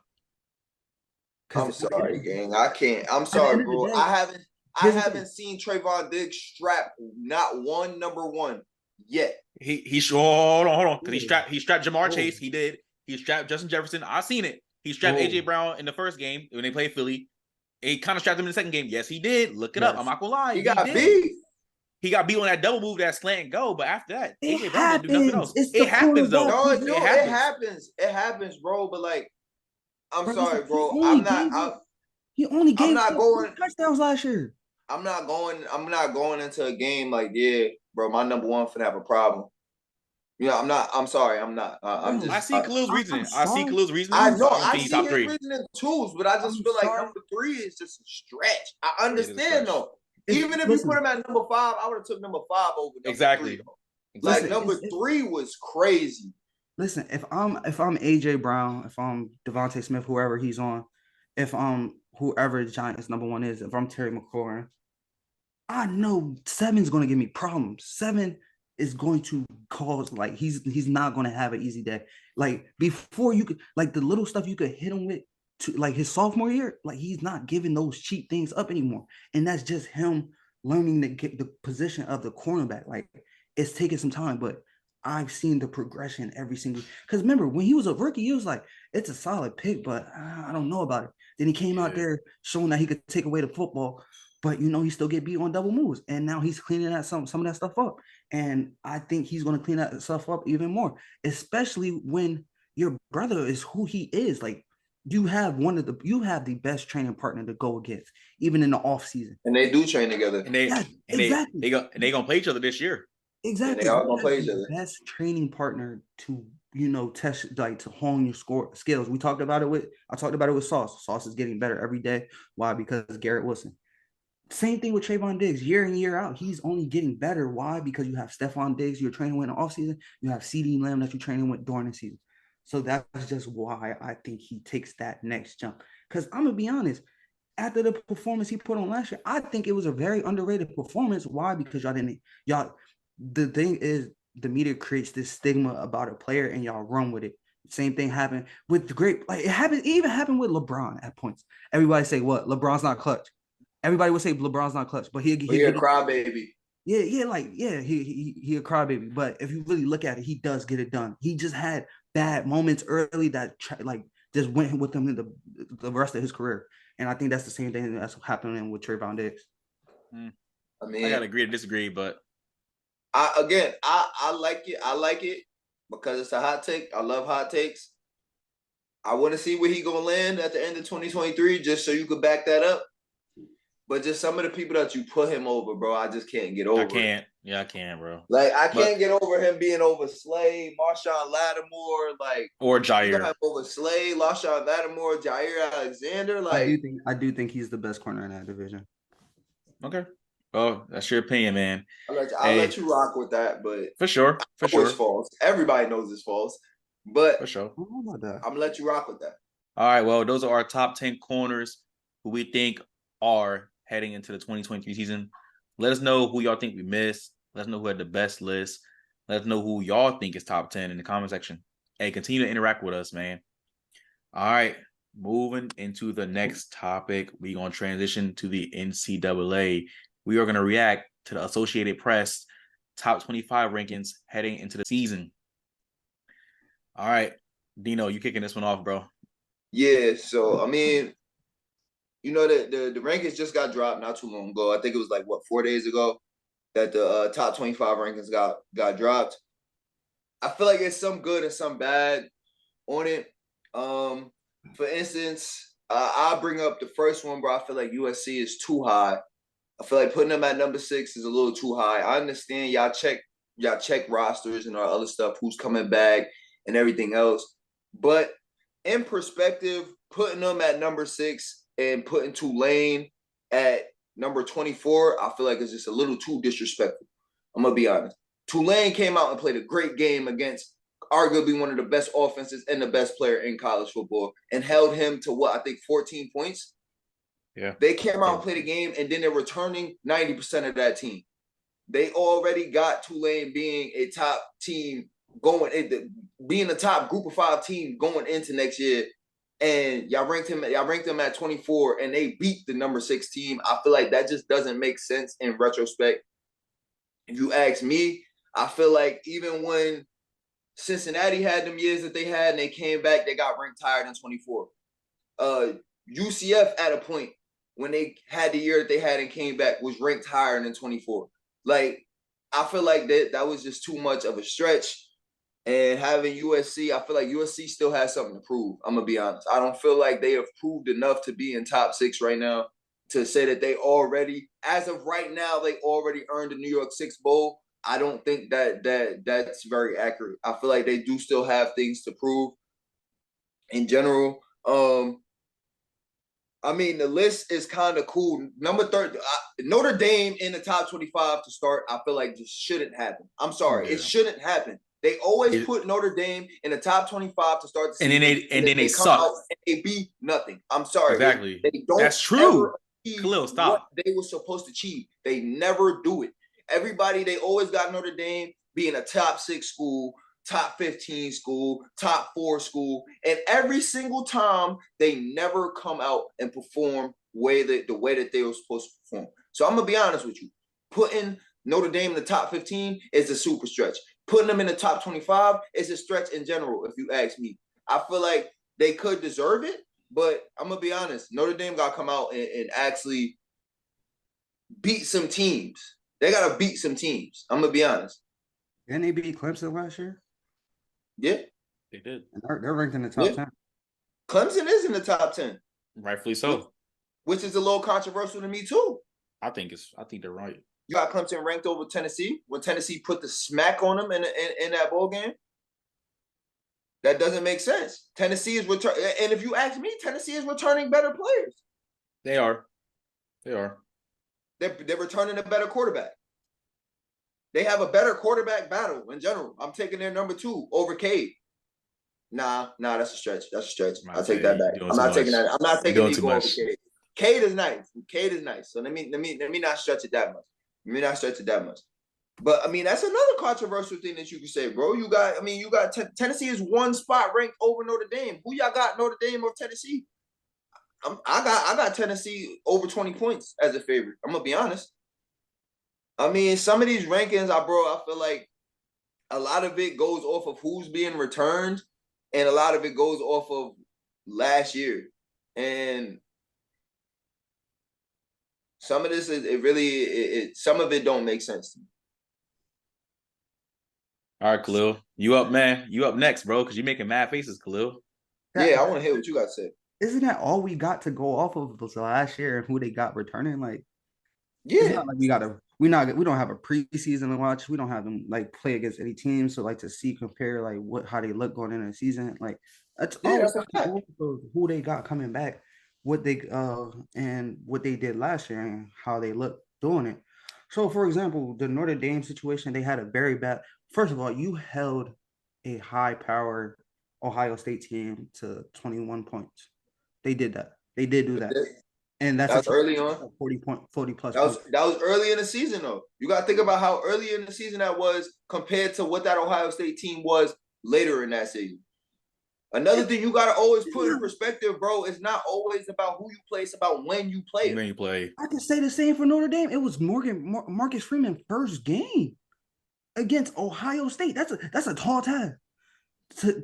Your first game is against one of the best teams in the nation. You gotta they had a bad loss against Marshall. That was a bad loss. That was his second game. But they got things figured out late. They went out there and they beat Clemson late in the season. Like they did do that. They had a good game with USC, but they ended up losing to USC late. And USC was a good football team for most of the part. They fell off at the end. But I mean, I have an issue with Iowa being in the top 25. I'm not gonna lie. That one, Facts. I I'm do like, too. bro, like, why do we keep doing this with Iowa, bro? It's the same song. That's how I feel. Every year. That's how I feel with Notre Dame. Why do we keep doing this with Notre Dame? Like, Notre Dame is a solid football team. They're a good football team. They just got to put the pieces together, in my opinion. Iowa's is a lot more controversial, though. Yeah, Iowa's like, I think Penn State may be too high for my liking. I really don't like Penn State being over Florida State or Clemson or anything like that. Like, bro, didn't the Florida State just beat LSU last year? Like, give them put some respect on it. I think that's a fact. That's a fact. If you want to have LSU ranked so high, I think Florida State's not far off from LSU. Especially, I agree. I can agree with that. UFC. I think if anything, they should be 6. I could agree. You're right. I could agree. I'm gonna be honest. I would say Florida State should probably be higher, but I'm not taking them under the LSU. I'm not taking them under LSU. If we going off what we seen last year, bro, LSU. The only loss that they had that was really that crazy was that Florida State one. Florida State deserves to be a little bit higher, if you ask me. They do. But I mean, what y'all think about TCU at 17? That's a team that lost a lot. They lost their They lost a lot. They lost their receiver. But but they went to the Natty. And they got clapped. They got clapped by Georgia. Let's be real, bro. They beat the 2 team in the nation before they got there. Bro, rightfully so. They rank where they're supposed to be ranked at. Tough. And then they're looked at as favorites against Colorado week 1. I mean, I feel like that. I feel like 17 is a little bit. Yeah, they got TCU as like 21-point favorites against Colorado. Yeah, because it was a 1-11 football team last year. Yeah, just because they're fresh. Yeah, just because you got Deion don't mean nothing. Deion don't make it a great team all of a sudden. I'm not saying nothing about Deion. I mean, the transfer portal's real. They are ranked highs. Actually, I didn't even know they took number 1. Yeah, but another one I do like Texas. I don't think Washington should be ranked higher than Texas, though. I think Texas should be higher than Washington. Respectfully, yes. Okay, sure. Bro, isn't this the same Texas team that was like a quarterback away from beating Bama? Yes, I understand. But all right, I'll wait till I go. Like, go ahead, bro. We jumping in this together. Go ahead, bro. All right, man. All right. So I'm gonna take over for a little bit. Georgia, rightfully so, ranked number 1. They got 60 votes, rightfully so, to be ranked number 1. So the top 5, I don't have an issue with. You got 3 SEC teams and 2 Big 10 teams. I agree with that. I think I would flip Bama. Michigan, Ohio State. Yes, I'm flipping Bama at LSU. No, Michigan, Ohio State is perfect. I'm be honest. Okay. Yeah, Michigan, Ohio State. That's perfect. It's rightfully so. I don't think that you can logically put Ohio State over Michigan at this point. Same thing with Bama at LSU. That's why I asked the question. All right, so from 6 to 10, again, I agree with you guys. I don't think Penn State should be ranked in the top 10. I think Florida State should be higher. Florida should be at number 6. Put USC at 7, in my opinion. Clemson, they can stay at 9. Washington, they should be flipped with Penn State. I don't think they're top 10. To Washington? Yeah. I think they're better than Oregon. I think they're better. You think Clemson top 10? I think Clemson top 10. You can have an argument for them. Yeah, you have an argument for them. I don't like Washington at top 10, though. I'm sorry. Okay. Well, the AP thing's different. I don't agree with the AP all the way. So from 11 to 15, I'm guessing they rank Texas at 11 because I'm thinking they think Texas is going to be back, which Texas can be back, but Texas is one of those teams like they got a lot of hype and then they fall on their face. Same thing with Notre Dame. I think Notre Dame should be outside the top 15. I don't think they're going to be good at all this year. Tennessee, they should be higher. That's what I'm saying. You can make an argument for Tennessee should be higher, which they should. Utah is the 3rd best team in that conference. No, I said 4th. Utah's the 4th best team. Tennessee is better than Texas. Yeah. Going into next season. I'm gonna be honest. Honest, respectfully so. Don't get me wrong, he has talent. But I am not sold on Joe Milton III. I am sorry. I watched him play at Florida. It's the reason why reason why he's at Tennessee right now and not at Florida anymore. Like, don't get me wrong, he has upside. If he can put it together, he can be one of the best quarterbacks in the nation. But I haven't seen it. I'm not just buying into the hype. You gotta show me something. All right. Well, Oregon at number 15. You could argue they should be over Utah and over Notre Dame. And I'm saying this AP press, I feel like they ranked it off of like who they think off last year, and obviously the incoming predictions for this year. From 16 to 20, TCU being at 17, even though they were in Natty last year, they lost a lot. So I can agree why they're there. Oregon State, sure. Wisconsin 19, all right. Whoa. Oregon State, I think, was a stretch. You think they should be ranked higher than 18? I mean, they went 10-3 last year, so I'm not mad at that. But I think that's still a stretch. I'm going to be honest. I'm putting them top 20, if that. I got them at like 20, 21. Ooh, so you think they should be lower than 18? I think Wisconsin's more in that 20 to 21. That's all I'm about to say. I don't think Wisconsin, like, they should be in that 20, 25. I think Wisconsin. Top 25. See, but that's the thing. I got Wisconsin over Oregon State. I would put Wisconsin over Oregon State. I don't know if they're looking at that QB transfer and really putting that into a big thing, because that's what a lot of people are doing. Supposedly, they feel like he's gonna go there and change the culture. I don't see it, but I guess if that's what they're going off of, then I'm not gonna lie as well. I think I have Texas A&M above Oklahoma, North Carolina. I was just about to talk about Oklahoma. I think they should be lower than 20. I mean, we gotta see what Brett Venables do, but I think Texas A&M at 23 should be where Oklahoma is.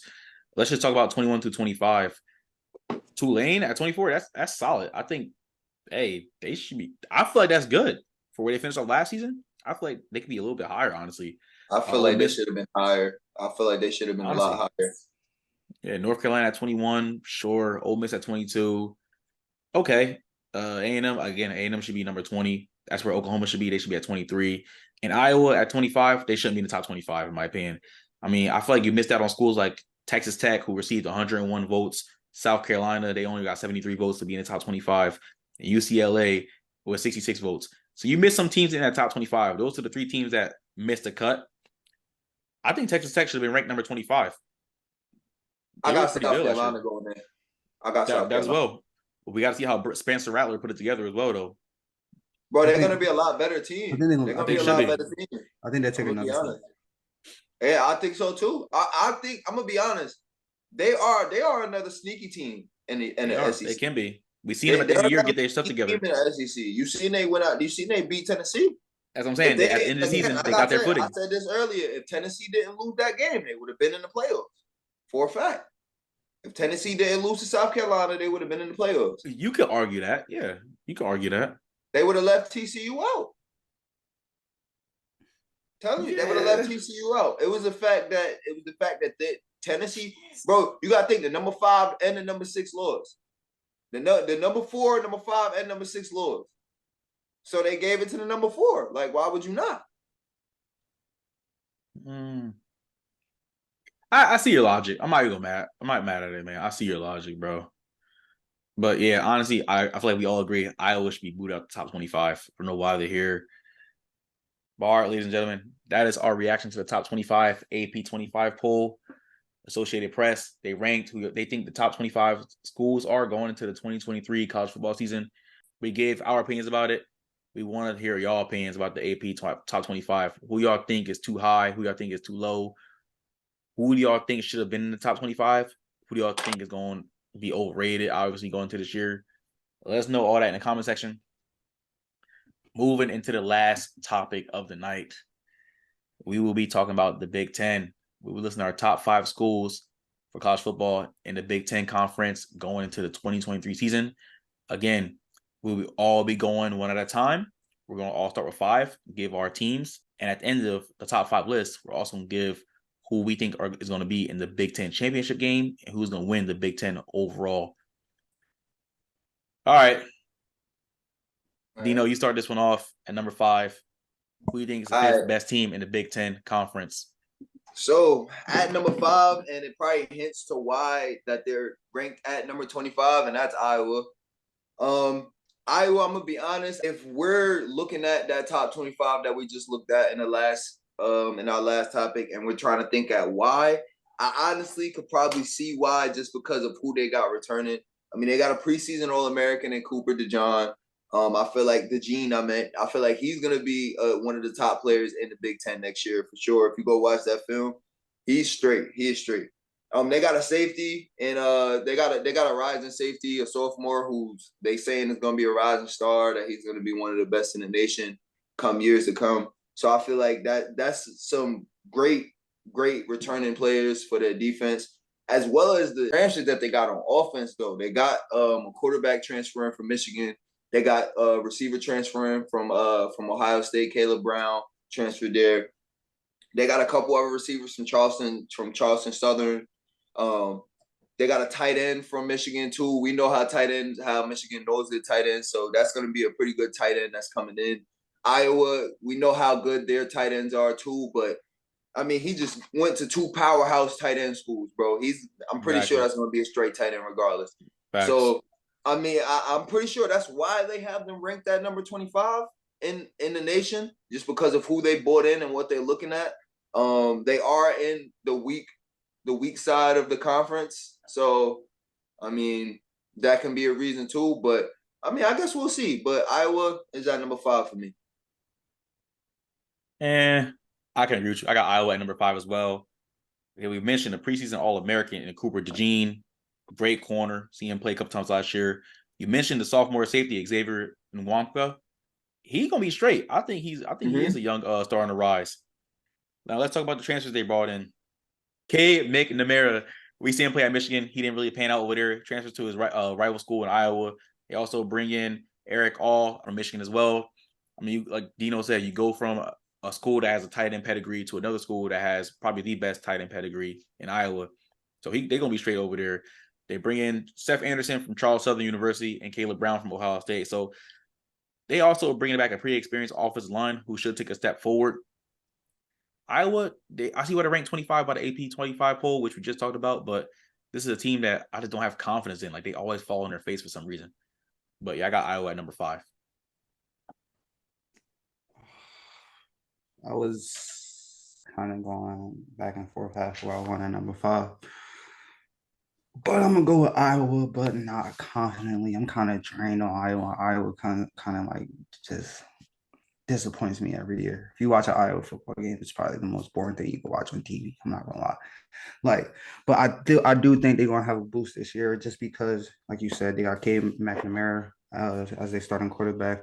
I do like Caleb Brown from Ohio State. I don't think like he could really get the chance at Ohio State just because the depth that they got over there at that receiver position. So I think him going to Iowa is going to be a big help. So I think their offense should be better. We kind of touched on their defense. They have an All-American cornerback, Cooper DeJean. You have a sophomore safety who can also compete for all conference All-American this year as well with Xavier Nwamka. I don't know how to really say his last name, but yeah. So I think they do have some solid pieces on the team. I think this is a team that's good, not great. So that's all I got to say on Iowa. So at number 4, I got Wisconsin. Wisconsin is another team that they got a new head coach going into 2023 and Luke Fickell. But from what has been told, Luke Fickell is bringing in a pretty good class, and the class that's already there was just pretty much left for him. They're returning 8 defensive starters next year. That defensive unit alone only averaged a little less than 5 yards per snap. So they was giving offensive a little less than 5 yards per snap. So bringing back those type of players for your defense is huge, especially playing in the Big-10 where offenses are flying now. On top of that, they bring in a new quarterback from SMU, Tanner Mordecai. I don't really know how to pronounce that man's last name. You said it right. Yeah, but bringing him in, that just pretty much secures your QB position. As we know, for a couple schools at the top of the nation, they have QB battles. So that's a good one to secure that in. They brought in a couple transfer receivers too. So I feel like Wisconsin is going to be on the rise, and with them having one of the best running backs in the nation too, and Braylon Allen, I feel like that's a big one. I feel like they kind of in a situation that Clemson in, just not as good. I can agree with that. I got Wisconsin number 4 as well. They bring in Luke Fickell as their head coach coming into 2023. Again, you talk about their defense. They returning 8 starters on defense. They allowed under 5 yards per snap last year. They gave offense some problems, like you said, Dennis. Also, we're going to talk about Tanner Mordecai at SMU. I think he was straight at SMU last year. He should be okay coming into Wisconsin. His best weapon is going to obviously be one of the best running backs in the nation, and that's Braylon Allen. I watched Braylon Allen last year. He was phenomenal. He definitely should take a step up, probably be all Big Ten and running back along with other players. We'll see. That's arguable. But Wisconsin number 4, that's a pretty solid standing. That's a pretty solid prediction on my end. So I'm going to stick with that. I also got Wisconsin at number 4. Hopefully, they just got Luke Fickell from Cincinnati. Hopefully, he's better than what Scott Frost was for Nebraska, coming from the American Conference to the Big Ten Conference. Hopefully he can build something there, a team that can compete. Terrible. The thing that we do know about Wisconsin football is that they got a solid offensive line and they always got a good running back coming out the backfield. And that's the difference this year with Braylon Allen. You could argue he's the best running back in college football. He has an argument to be made to be the best in college football. You do get the quarterback from SMU. So that should boost up that offense some last year as well. But I think they're going to be a solid team. I don't think they're competing for, championship spot within this conference. But I think they're going to be a solid, respectable team, especially playing in the Big Ten West. You know how Big Ten West football go. They have the team that's best made to withstand that Big Ten West side of things. And I do think they'll be in a Big Ten championship just because I think the top three are all in the Big Ten East. Only one team can make it from the Big Ten East to the championship. So I have Wisconsin at 4, but also making the Big Ten championship coming out of the Big Ten West. Solid. So at number 3, I got Penn State. Penn State's coming off a decent year last year. I mean, they've been pretty much runner-ups in that conference for the last couple of years. They've always given the top 2 teams in that conference a run for their money every time they play. They won the Rose Bowl last year. I was at that game. They played pretty good. They didn't really look like the most impressive team to me, if you ask me, especially since they had a lot of their returners that's coming out. But I feel like the people that I seen last year, they was young, other than, Jair Brown that left. Joey Porter did leave. He's in the league now. But I feel like they got a lot of upside. They didn't really plug the holes in the defense that was going as best as they could. If you ask me, I feel like they could have brought in some transfers or somebody to really step up. But they're going to be having some sophomores starting, which is not too bad, especially if you want to get their feet wet, get them in there. But I really feel like the staple of their game is going to be their offense. I really feel like they have a rising star at QB with Waller. He's going to be that guy, if you ask me. I feel like he's got a lot of upside to him. He can end up being the best quarterback in this conference years to come. But I feel like with his returning top 2 receivers, Nicholas Singleton and Katron Allen, I feel like bringing those 2 back just helps him out even more for him being a young quarterback, bring the offense, know how to play, and actually played in college football. So with the combination of, James Franklin, he's always going to have a good team. He's a great coach, one of the best coaches in the nation, of course. Just knowing what he brings to his team and how he prepares them for some of the big games that they have, I feel like it's just rightfully show that they're at number 3. But Penn State is always 1 win away from being a top 2 team in this conference. So, I mean, they're one to look out for, but they're my number 3 for right now. Hey, we got the same number 3, bro. I got Penn State. Now, we talk about Penn State. They just can't get over that hump. Again, they're all either 1 or 2 losses away from winning this conference. We talk about James Franklin, great head coach for Penn State. He's always going to have a squad with him. He always going to have them boys ready to play on Saturdays. Drew Aller, we talk about him going into year 1 as a starter. He's going to come up for sure. I think he's going to be a great quarterback for Penn State. Hopefully he pans out. He should be better than Penn State's quarterbacks that they had in the past. That's just my opinion. You bring back Nicholas Singleton and Katron Allen, one of the best running back duos in the nation. Nicholas Singleton was phenomenal last year. I think he'll continue to be phenomenal. Their defense, they bring back 6 starters, but I feel like they missed some players like that they could have brought over the transfer portal. Hopefully their defense should be a problem this year. But again, we talk about Penn State as a whole. This team just sometimes can't get over the hump. They lose 1 or 2 games that can get them kicked out of the top 5 or get a CFB playoff spot. But again, I got to respect James Franklin. I think he's going to give Ohio State and Michigan fits, but they just can't beat those teams. So that's why I got them at number 3. Yeah, I got Penn State at number 3 as well. This is a team that's been not great. Very good team. This is a team that can easily win 10 games year in and year out. But the issue is the two teams they got to play every year. It's just a step above competition. But I do think this is a well-rounded football team. This is a team that can play, and the Rose. I think they have a chance to play in the Rose Bowl this year. Probably go back to back. I do like the DB that they got, Kalen King. I think he could potentially end up being like a first-round draft pick. Also, like you guys mentioned, the two-headed monster that they got at running back, they're both true sophomores, Nicholas Singletary and Katron Allen. So you got them for 2 years to build off of. A lot of people are high on Drew Aller. I'm not going to say I'm down on him, but I'm not high on him either. Like he has to show me before I'm all in on it, you know. And it's nothing against him or anything that you got going on. That's just the nature of the beast, especially when there's no real tape on him. He just can never get over the hump. Maybe it's a James Franklin thing, like offensive wise, that like this team can't get that good quarterback play over the hump. But this is going to be a solid team. They do have a good offensive line as usual, solid, big. I think they're all seniors except for one. Well, you have a sophomore, and then the rest are seniors or juniors. So you have a very veteran offensive line that's been there, that's played college football, that's gritty, but I do have them at my number 3. 2, controversial for myself, but I have Ohio State. As much as I hate to put them at number 2, everybody in here know I would love to put them at number 1. And they are my number 1 team. But it's hard.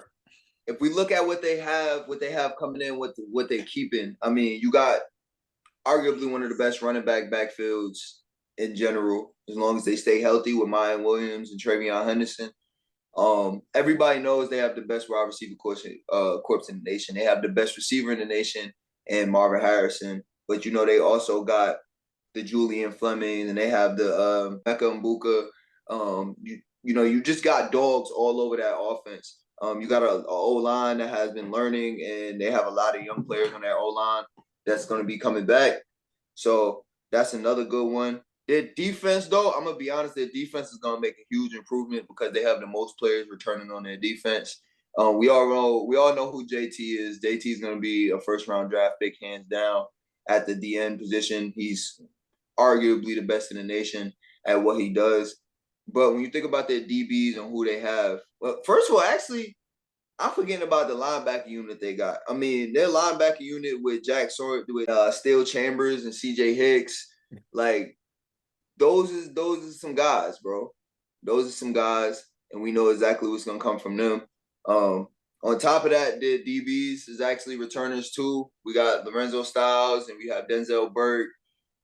That's who's looking at going to be the starters. But their backups is pretty good too, as far as like Jordan Hancock and all them players. They have good safeties. I mean, if you ask me, they definitely are the third-ranked team in the nation. But the biggest reason why they're at number 2 and not at number 1 is solely because of the quarterback position. I mean, you don't know who your quarterback is right now.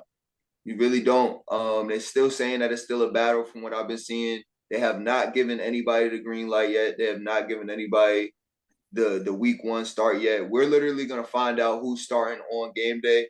And I feel like that's the reason why they're not at number 1. On top of that, OC.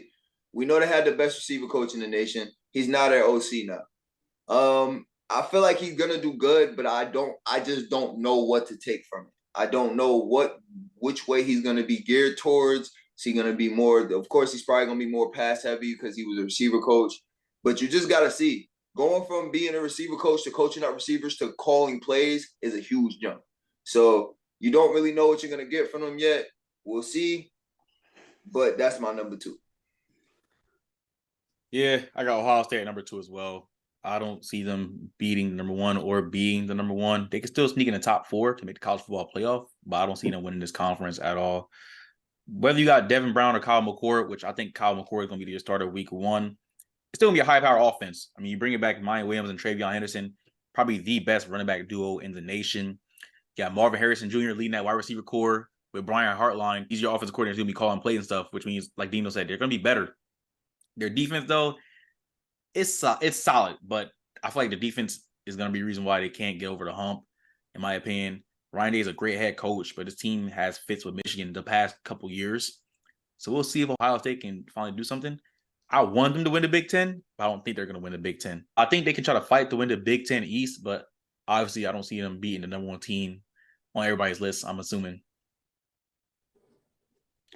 I'm saying that you really think the defense that's returning 7 starters is going to be their downfall? Not their down. I wouldn't say their downfall.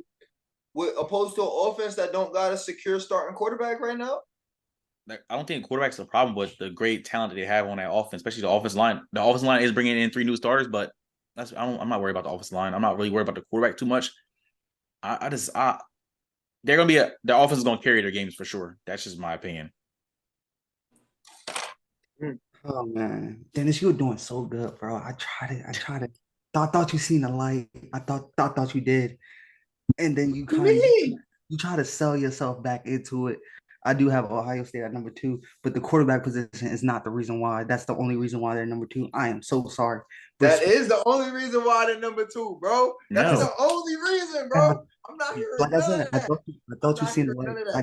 I get it. You're a Ohio State fan, so I'm gonna take everything you say with a little grain of salt. Here we go, bro. Y'all love bringing the fan stuff in, bro. Because you are, bro. That's how you be. I put him at number 2. I wanted him to be number 1. Surprisingly, I was shocked you even did that. I mean, you finally listened to me for once in 3 years. I'm not listening to you. No, I'm not listening to you at all. I'm listening to myself. Thank you. But nah, like their offensive line is very young, inexperienced. That's going to be a big problem. Just we're talking about competing with the best of the best. I'm not talking about competing conference. I'm talking about competing with the best of the best. Their offensive line is just very young. I think they got some holes to fill. You do have two-headed monster out running back with Trevion Henderson and Mike Williams. The 2 first-round running receivers that you have, Marvin Harrison Jr., arguably the best receiver in college football.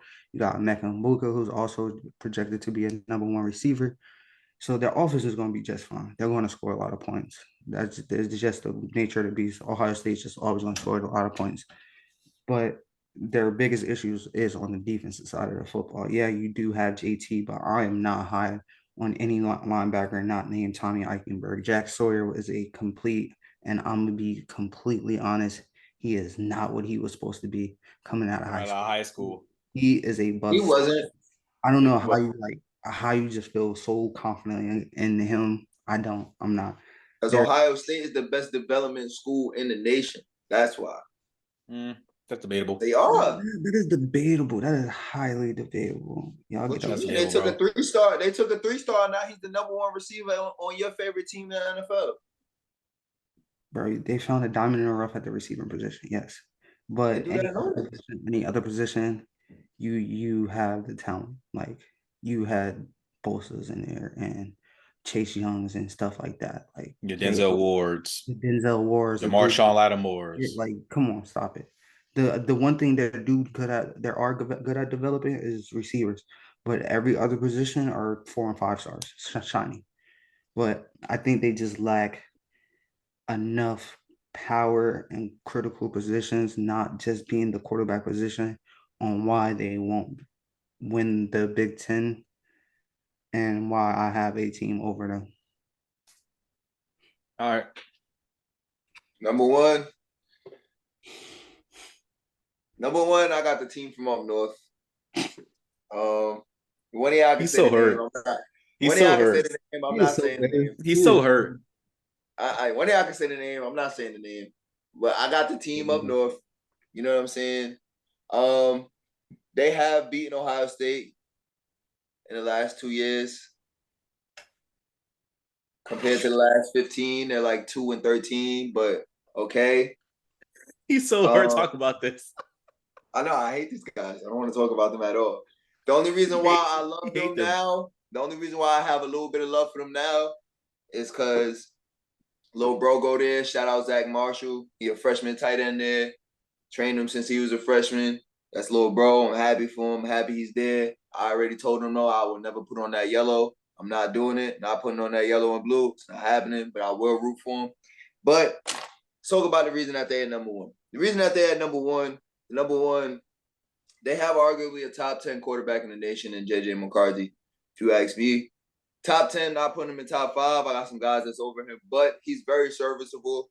And when he's comfortable, he's comfortable. He makes the right passes, and he does what he's supposed to do to get a win. But that's not even the reason why their offense is so good. I feel like they really do, next to Ohio State, have one of the best backfields in the nation, and Blake Corum and let me think his name, but the other young running back that they have, he's nasty. He put on when Blake Corum got hurt, and I feel like he's gonna be another staple on why that their offense is gonna be so good. But their defense is the reason why they usually are. Their defense is the reason why they had the edge over Ohio State the last couple of years. I mean, they have given Ohio State offensive problems crazy, just ridiculous. I mean, Ohio State goes and plays them and just craps the bed on offense for the last 2 years. I'm gonna be honest, I don't think it's gonna happen again. But that's just me. I'm gonna let one of y'all take it. But you feel me? Ohio State. Go ahead, H, baby. Let's talk some real football here. Yeah. At number 1, I got Michigan. Here we I'll go. say the school name for him. All right, so you bring back J.J. McCarthy, like Dennis said, top 10 quarterback in the nation. You bring back a healthy Blake Corum. Hopefully, he stays healthy. I feel like if he was healthy in that game against TCU in a college football playoff, Michigan would have won. But I feel like Michigan's weak spot is their defense. I mean, let's be real. They held teams to 16 points per game last year, but in that college football playoff game against TCU, they didn't look like the defense that only allowed 16 points per game. So I feel like Michigan, when they face those really good teams, even though TCU wasn't a really good team last year, when Michigan faced those really good teams, when they reach the playoff, they kind of fold. That's their weak spot. I mean, Jim Harbaugh, great head coach, but I feel like Michigan is another team that needs to get over that hump. They need to make it happen. I mean, you're bringing back 7 starters on defense. Your offensive line is one of the best in the nation. But can they get over that hump? That's the question for Michigan. But still, regardless, they're the best in this conference. I feel like they're probably going to win another Big Ten championship. We'll see. I got Michigan at 1. At number 1, I got the reigning back-to-back Big Ten championship champions, Michigan University. I've been on Michigan for the past few years. I've seen where they've been trending for the past few years. They had the best offensive line in the nation. Every single player on that offensive line is getting drafted. Like, they're all NFL caliber offensive line players. And that's what you need to compete at the highest level and at the national level. It starts in the interior. That's what makes, Georgia, Bama, like when they're great, like it's because it's from the interior out. So they have that. They have the two-headed monster, Blake Corum, who's arguably the best running back in the nation. Hopefully he stays healthy. You also have Donovan Edwards, who was a problem as well. J.J. McCarthy. Jim Harbaugh has finally found him a quarterback. That's been his biggest problem in Michigan. That's the only reason why he couldn't get over the hump, is because they couldn't get the quarterback position right. So they finally got that right. And you see what has been taken in the past few years. I do think they don't have the Rashawn Gary, Aiden Hutchinson, David Ajabo type player that they had in recent past, but they still have a solid defense. They, like you mentioned, they only gave up 16 point something points per game 16.1. 0.1 points per game last year. So I think they'll still be solid. They'll be serviceable. They play team football. I do like Roman Wilson that they have a receiver as well. Very good, talented receiver. So I do have them at number 1. I just think they're physically more dominant than the other team. Oh, that's disrespectful. All right. So for the Big Ten championship game, what 2 teams y'all got? Go ahead, Dennis. You go first, bro. I got Wisconsin versus Ohio State. Ooh, who you got winning? The only reason I have Ohio State, of course I got Ohio State winning. I got Ohio State winning. I got Ohio State winning by 20 plus. But I'm gonna tell y'all why I got Ohio State and not Michigan in the Big Ten championship game. Now, I do feel like I'm gonna keep it a whole beat with y'all. I think Michigan's gonna beat Ohio State. Be honest. I think it's gonna come down to the line, but I feel like Michigan's probably gonna squeeze out a third one. I think Michigan's gonna lose to Penn State. They gotta go to Penn State. Ohio State has to go to Michigan. I don't see Ohio State scrubbing out that win in the Big House. I'm going to be honest with you. That's one of the hardest places to play in college football. But the hardest place to play in the Big Ten is Happy Valley. And they're going to be going to Happy Valley, and it's not going to be easy to win. And if you go look at the last couple times Michigan played Penn State in Happy Valley, it really didn't end too well for Michigan. So I feel like Michigan is going to go out and they're going to have a great season. But I feel like they're going to get upsetted before they even get to Ohio State with playing Penn State in Happy Valley. The bold prediction. I got Wisconsin and Michigan, with Michigan being the victor. I just think Michigan is one of the best teams in the nation. Again, we talked about all that already. So that's just my prediction. I got Michigan winning the Big Ten outright. I also have Michigan versus.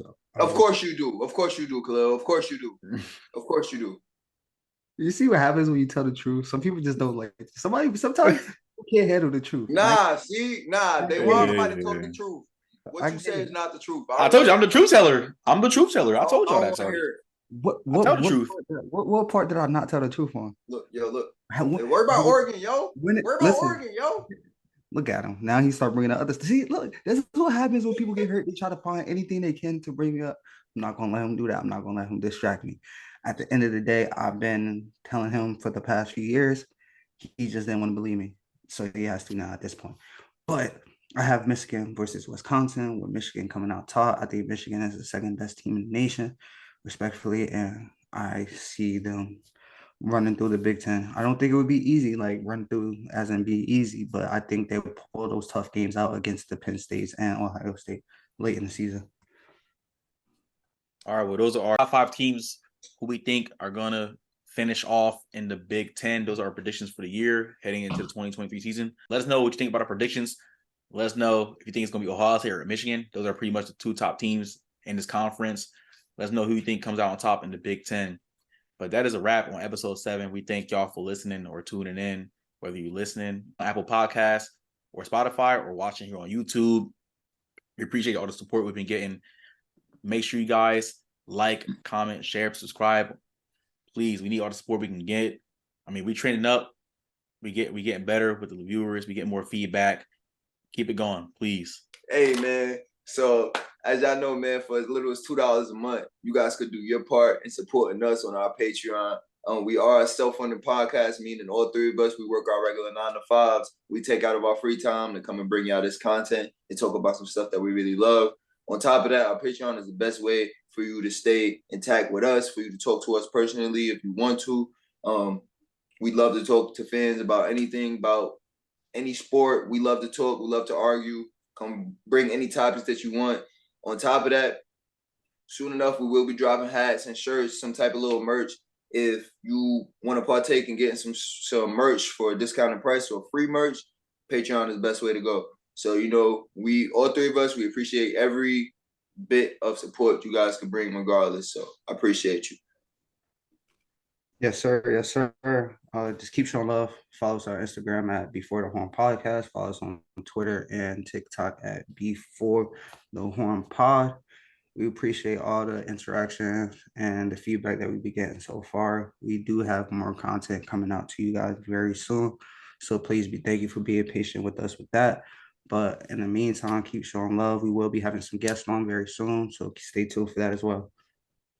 Facts. Also, speaking of guests, man, if you would like to be a guest on our podcast, hey, shoot us a message in our DM. Again, we'll evaluate. But again, like, comment, share, subscribe. Thank y'all for supporting Before the Horn Podcast, whatever platform you're watching or listening on. We can't say how much we appreciate everything we've been doing. Y'all been supporting and everything. We love that. Continue to show love. Thank y'all so much. Have a great night. Stay blessed. Tune in for the next episode coming Friday. Have a good night. Peace. Yes, sir.